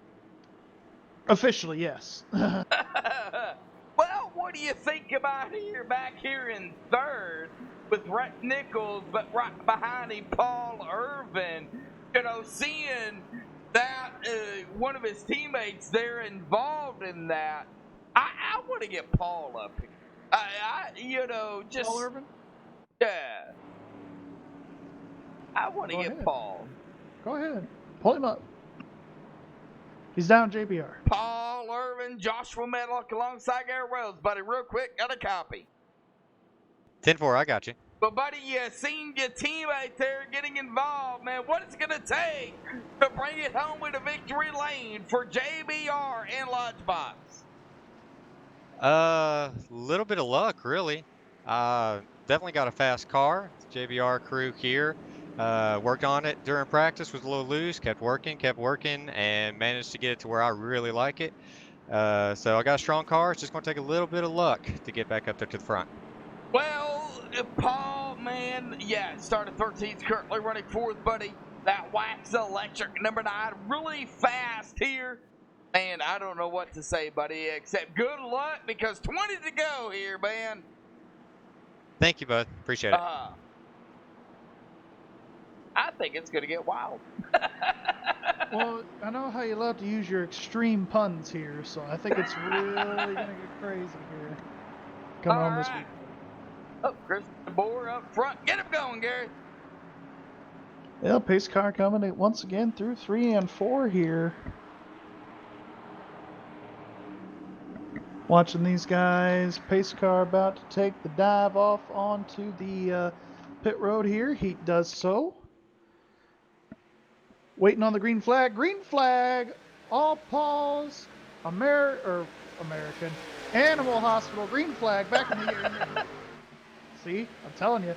Green flag back in the air to prove it's a Monday. It's the All Pause Animal Hospital. All right. Yeah, okay. It's a new sponsor, so just bear with me. It's gonna take time. Rhett Nichols taking up into the second spot, so we have another yellow. Caution. Honestly, I do not know that started. Me neither. I think you and I are both at a loss for words here. Maybe because he's off the pace by quite a bit. Take it back to victory lane. I mean, memory lane here. Okay. Yep. It was him. Him and the 22, 25. 25 of Doug Blackman. Doug Blackman, our sponsor right here. There. And looks like Doug's gonna get around. And then the 6 Oh old no! the 85. Oh, right there it was. Oh, good lord! The 6. Andrew jumping over people out here. And the 22. And not the pun that I was going to go with, but we can go with that, I guess. The 22 there, just wrong place, wrong time. And that 85 crashed hard into the wall behind these guys here. Yeah, the 85, wrong spot. Oh man, that might have been some coding. The Performance 85, 22 of Bradley Wetzel, and the 85 there of Andrew Jump. Well, I'm looking at it here. Unless they make a change here in my notes. Waiting on them. All right, no changes to my notes here. Lap 107, the 6 was at fault. After contact with the 22, the 6 car goes up the track into the 22 car. All right, Rick Christiansen. And the 6 will get the EOL here, end of line. That is going to be Rick Christiansen here. And got Tyler Hallman and laughing in chat there. Hey, somebody's got to create a meme. Timestamp these times that I have messed up the green flag sponsor. I have it right here in front of me, and I still mess it up. I have it written down. Well, he's been up and through the race here tonight, but we've got to give him credit. Go ahead and bring him up here real quick here. Topper Dugas, got a copy. Yes, sir. But Topper's been an up and down race, but you find yourself in 6th, buddy. Talk about what it's going to take to upset the field here tonight. Well, it's going to take some luck. Rhett's fast. Zach's pretty fast. I think he got put to the back. I don't know. It's just going to be patient and see if we can get to the outside before the rest of them. Well, you know, you've got Kevin, Paul, Alan, Rhett, and Christian up ahead of you. You know, with 16 to go, what do you got to do within that 16 laps on these tires? Well, first off, I think we got to have all 16 laps. Another caution, and it's kind of going to be the end of the deal. All right. Well, Gary, you have anything for Topper? No, we've seen you, kind of go forward and back, come and go, but it looks like you've really settled in here to about the top 10. So good luck to you with the rest of this race here. Thank you, guys. Good luck, Topper. Thank you. All right. Topper currently And he running really is going to need all 16 laps, but we'll see if they can do it. Currently running in 6th with 30. He's on, been out here at about 13 laps. Christian DeBoer been out here at about 26 laps here Yeah, he's tonight. got 11 lap older tires than everybody else. I think this is where, Alan Hilton took 2, but I think this is where Rhett Nichols is probably going to take the lead back over here. You can only take so many cautions here on these tires. I don't think we'll see these guys pit again unless if we might see another caution. If we do, we might see these guys come back down one more time, but I doubt it at this point. All right, well, coming to the All Paul's Animal Hospital green flag restart out of turn number 2. DeBoer, Rhett Nichols, Paul Irvin, Alan Hilton, and Topper Dugas with Kevin Moffitt with them. Oh, it's about to get extreme. Gary, I don't know what's going to happen. Coming to lap 14, buddy. It's going to get with 14 to go. It's going to get real here real quick. 15 to go now, 14 to go here coming at the line. I'm anxious to see what this 56 has got up his sleeve here. He's taking the bottom here on this restart. All right, Christian DeBoer on the loud pedal. Green flag back out. The All Paul's Animal Hospital green flag restart. Great restart there by the 56. He got off a lot better than I thought he was going to. Red here kind of taking that middle lane. Oh, the 9 car got a little loose. He corrals it back here. And here comes the 17. I think he's going to close in on this 56 this time. The 56 will lead this lap, but not the next lap around. Oh, as the 56 gets loose, he corrals it. He might not lead this lap. Here comes the 17 to the outside. The 17 gonna lead his first lap of the race. How did he do it? Good Lord. That was a crazy save by the 56, but I think that's all she wrote for those tires. Everybody's going to start freight training them now. We've got Alan Hilton up here in the 2nd spot. Paul Irvin probably going to take 3rd away here. All right, Christian DeBoer. Here comes Topper. Yeah, Topper coming here. He is looking. Off the wall. Are we going to see 3 wide? Oh, Topper. Oh, good Lord. He's going to go for 3rd now. What are you doing, buddy? It's 9 on the outside. He's got the momentum. Man! These guys racing DeBoer up Paul hanging on to Urban third now here to with the these old tires. inside. Here comes a 9. Oh, man, he almost got into him there. He had to lift. These Here guys comes Topper single once again, all over the back file. bumper of the 9 car this time. The 9 car trying to Jesus. throw a block. Here they come, man. This is exciting racing right here. I think it's going to be a battle here between. They're coming upon Christian DeBoer. Christian here comes a DeBoer. 5. He's 3 wide behind him almost. Oh, we're going to go back here. 103, the 5. Kevin Moffitt. James Thorndike, the 5 of Chris Seidenfaden. And that 5 car just will not go away. Here he comes. He's in 6th spot on the edge of this top 5. He's going to try to run these guys down next. Oh, geez. Chris Seidenfaden has got company. Oh, somebody into the wall. Oh, Christian DeBoer, 3 wide for a second. I think he got up into the wall there. Oh, yeah, he's off the pace now. He's damaged here. He's probably going to have to come down to pit road here. Oh, no. Oh, James Thorndike. Not really much of a battle for the lead, but that battle for third is the battle of the race here between Paul Urban and Topper. Oh, man.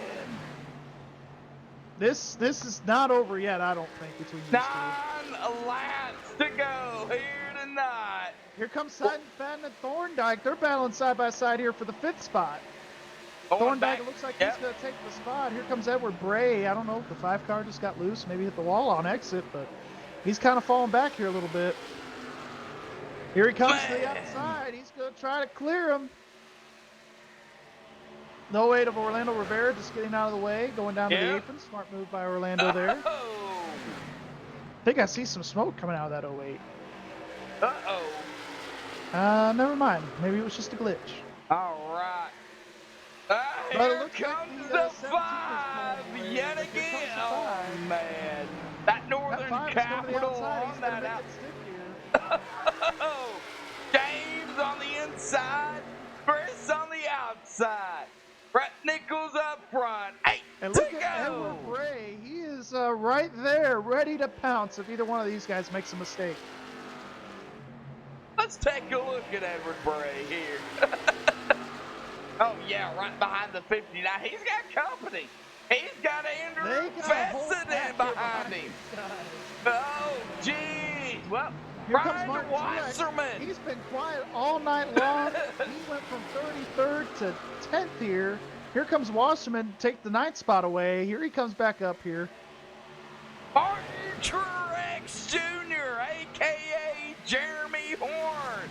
The Bass Pro Shop 78, 33rd to 9th.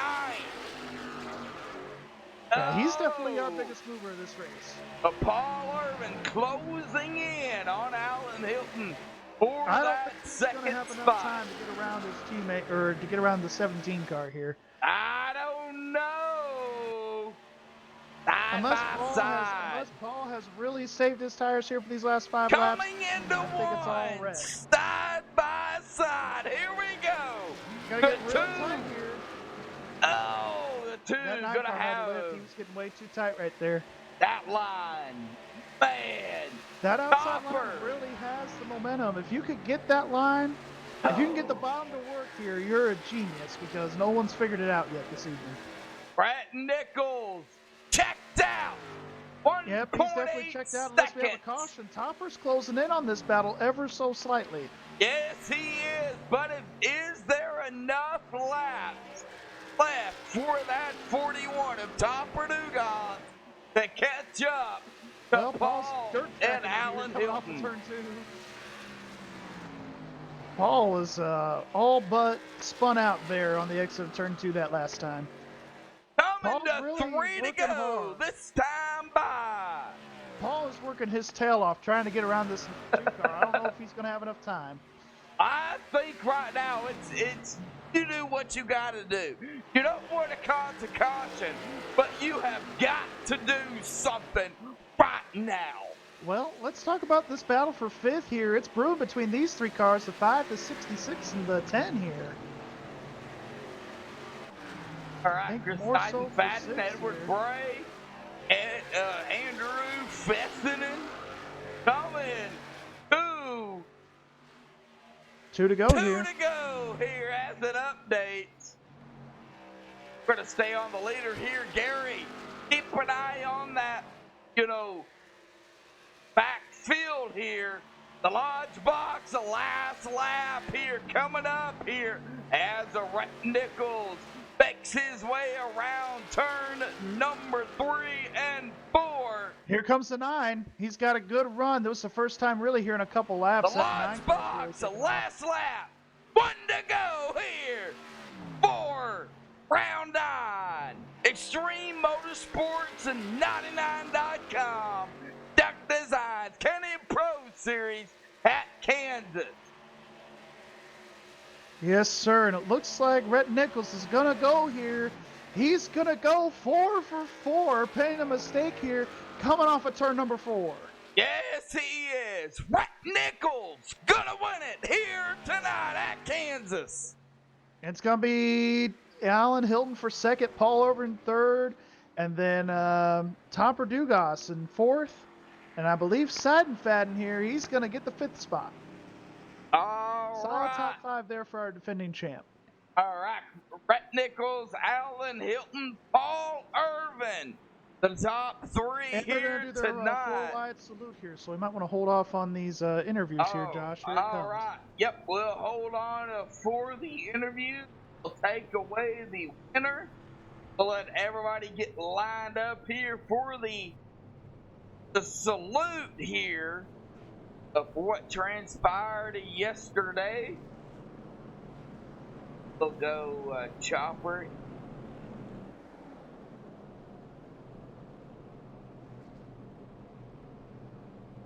We'll keep our mouth shut here on MaxSpeedTV.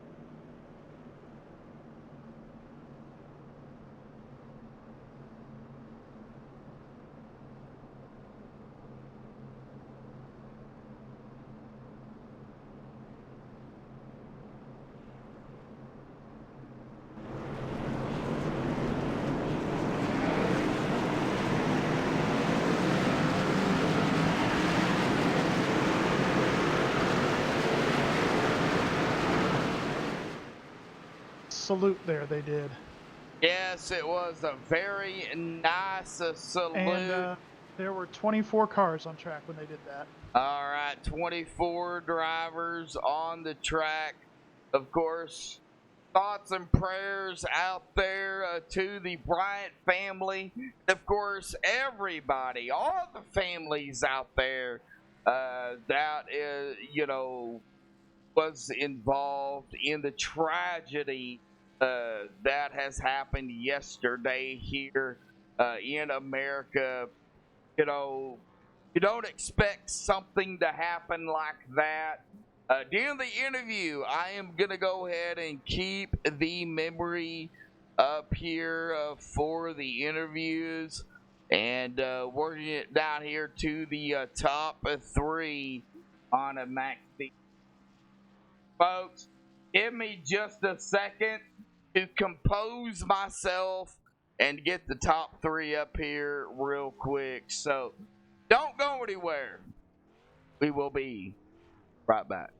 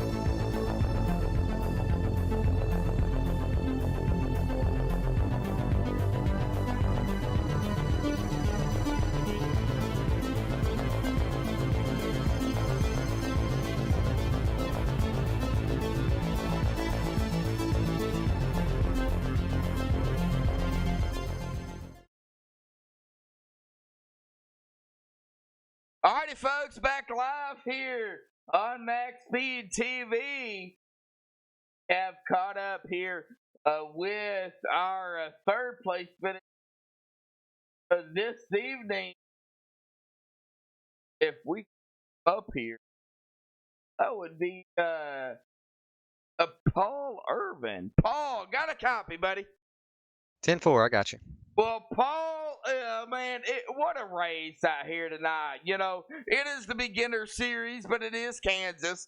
We are going to make it quick here, man, with everything that's been going on between yesterday and today, man. But talk about the racing out here at Kansas here tonight.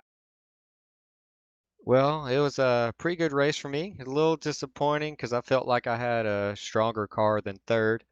But 17 had a real strong car in the 2. Allen had a great call with 2 tires there, and I just couldn't get by him at the end.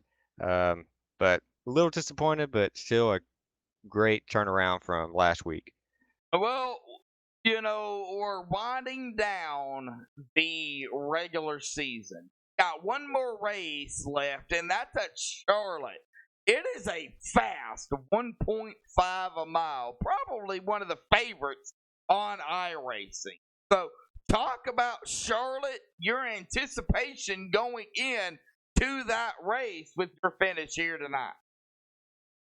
I really enjoy Charlotte. I've got with this third place, I got momentum going into it, so I'm feeling pretty good. Going into the postseason, I feel like I've got a pretty good chance of getting in there, and gonna keep riding on this streak. All right, Paul. Well, buddy, we had to make it quick, but it's been a long night here. Thought shout out you want to give before you go celebrate. Yeah, definitely want to shout out to Zach and Jacob Bell for signing me over to the team. It's a great team. I'm enjoying it. They've welcomed me with open arms, so just want to shout out to them for giving me this opportunity. All right, Paul. We will see you next week in the Can-In series, if not before then, at Charlotte, buddy. Go celebrate. Thank you. Appreciate it. All right. Well, that is going to bring us to our second place finisher here tonight. Gary, you've caught up with him. Well, I'm down here on pit road after the four wide salute here with Alan Hilton. Alan, you ran a really strong race tonight. Started 15th, finished second, took two tires at the end. Tell me, what led you to make that call for two tires? Well, Gary, that was my crew chief, Darren Clement. That was his call there. Ended up being the right one. We took two early in the race as well, which got us a lot of positions, and luckily it worked out in my favor both times. So, all in all, strong night for us here. Yeah, absolutely. Well, we go to Charlotte next week. Looks like you're sitting pretty good in the points yourself. As of before tonight, you were eighth. Just kind of tell us about Charlotte. What are you looking forward to? Is that one of your better tracks? Kind of talk about it next week. Yeah, Charlotte, I got my first win with Extreme Motorsports a couple seasons ago in the K&N car. So I'm looking forward to Charlotte. I was looking forward to Kansas as well. So should be 2 weeks of good points for us. Hopefully we can get a win there. Absolutely, and close out the regular season with the win. You already got the win at Michigan, but any shout outs, thoughts you want to give as we wrap you up here and let you go celebrate your second place? And shout out to my whole team, Performance Motorsports. Jeremy Clifton, he was my spotter tonight, and Darren, crew chiefing. And thoughts and prayers with the Bryant family. I know that four wide salute was pretty cool there. So we'll see you guys next week. All right, thank you, bud. You have a good one. You too. All right, well, that is going to bring us to our winner here tonight, Rhett Nichols. Winning it here, Rhett, man. Congratulations here tonight. Just, getting into the point standings from Zach Willard. I know heavy hearts here tonight with everything going on, but first and foremost, talk about your race here at Kansas, what it means to you to win here tonight, and then talk about anything else, you know what I mean, that's on your mind. Yeah, it was. It was a long night for me, even racing here. It's the first time in 3 weeks I didn't start on the pole, so I had to actually drive through people, drive some racing and everything, and I was looking to have a good race between me and Zach there at the end, but he ended up getting caught up in the late caution, so it didn't end up having a good race there at the end. But definitely just had to put everything out of my mind and focus on the race tonight because that's what my job was to do tonight. Well, coming off, I hate to bring it up, you grab the win, you're gonna, get into the point standings, you know, into Zach Willard. But going in, at the end of the race, the four wide salute at the,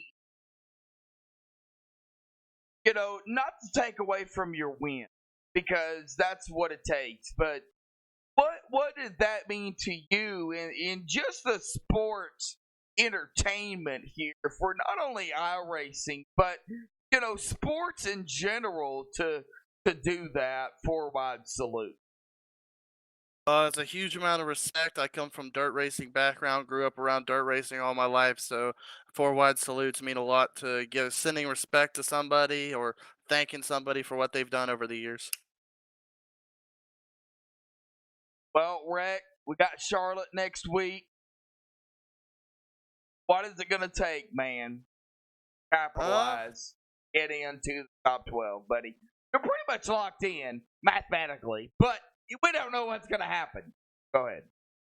Yeah, I just got to keep on doing what I'm doing. I think I'm locked in. Yeah, I'm actually locked into the points here, so we're just gonna get a lot of practice in and hopefully go for the fifth win in a row and carry momentum into the chase.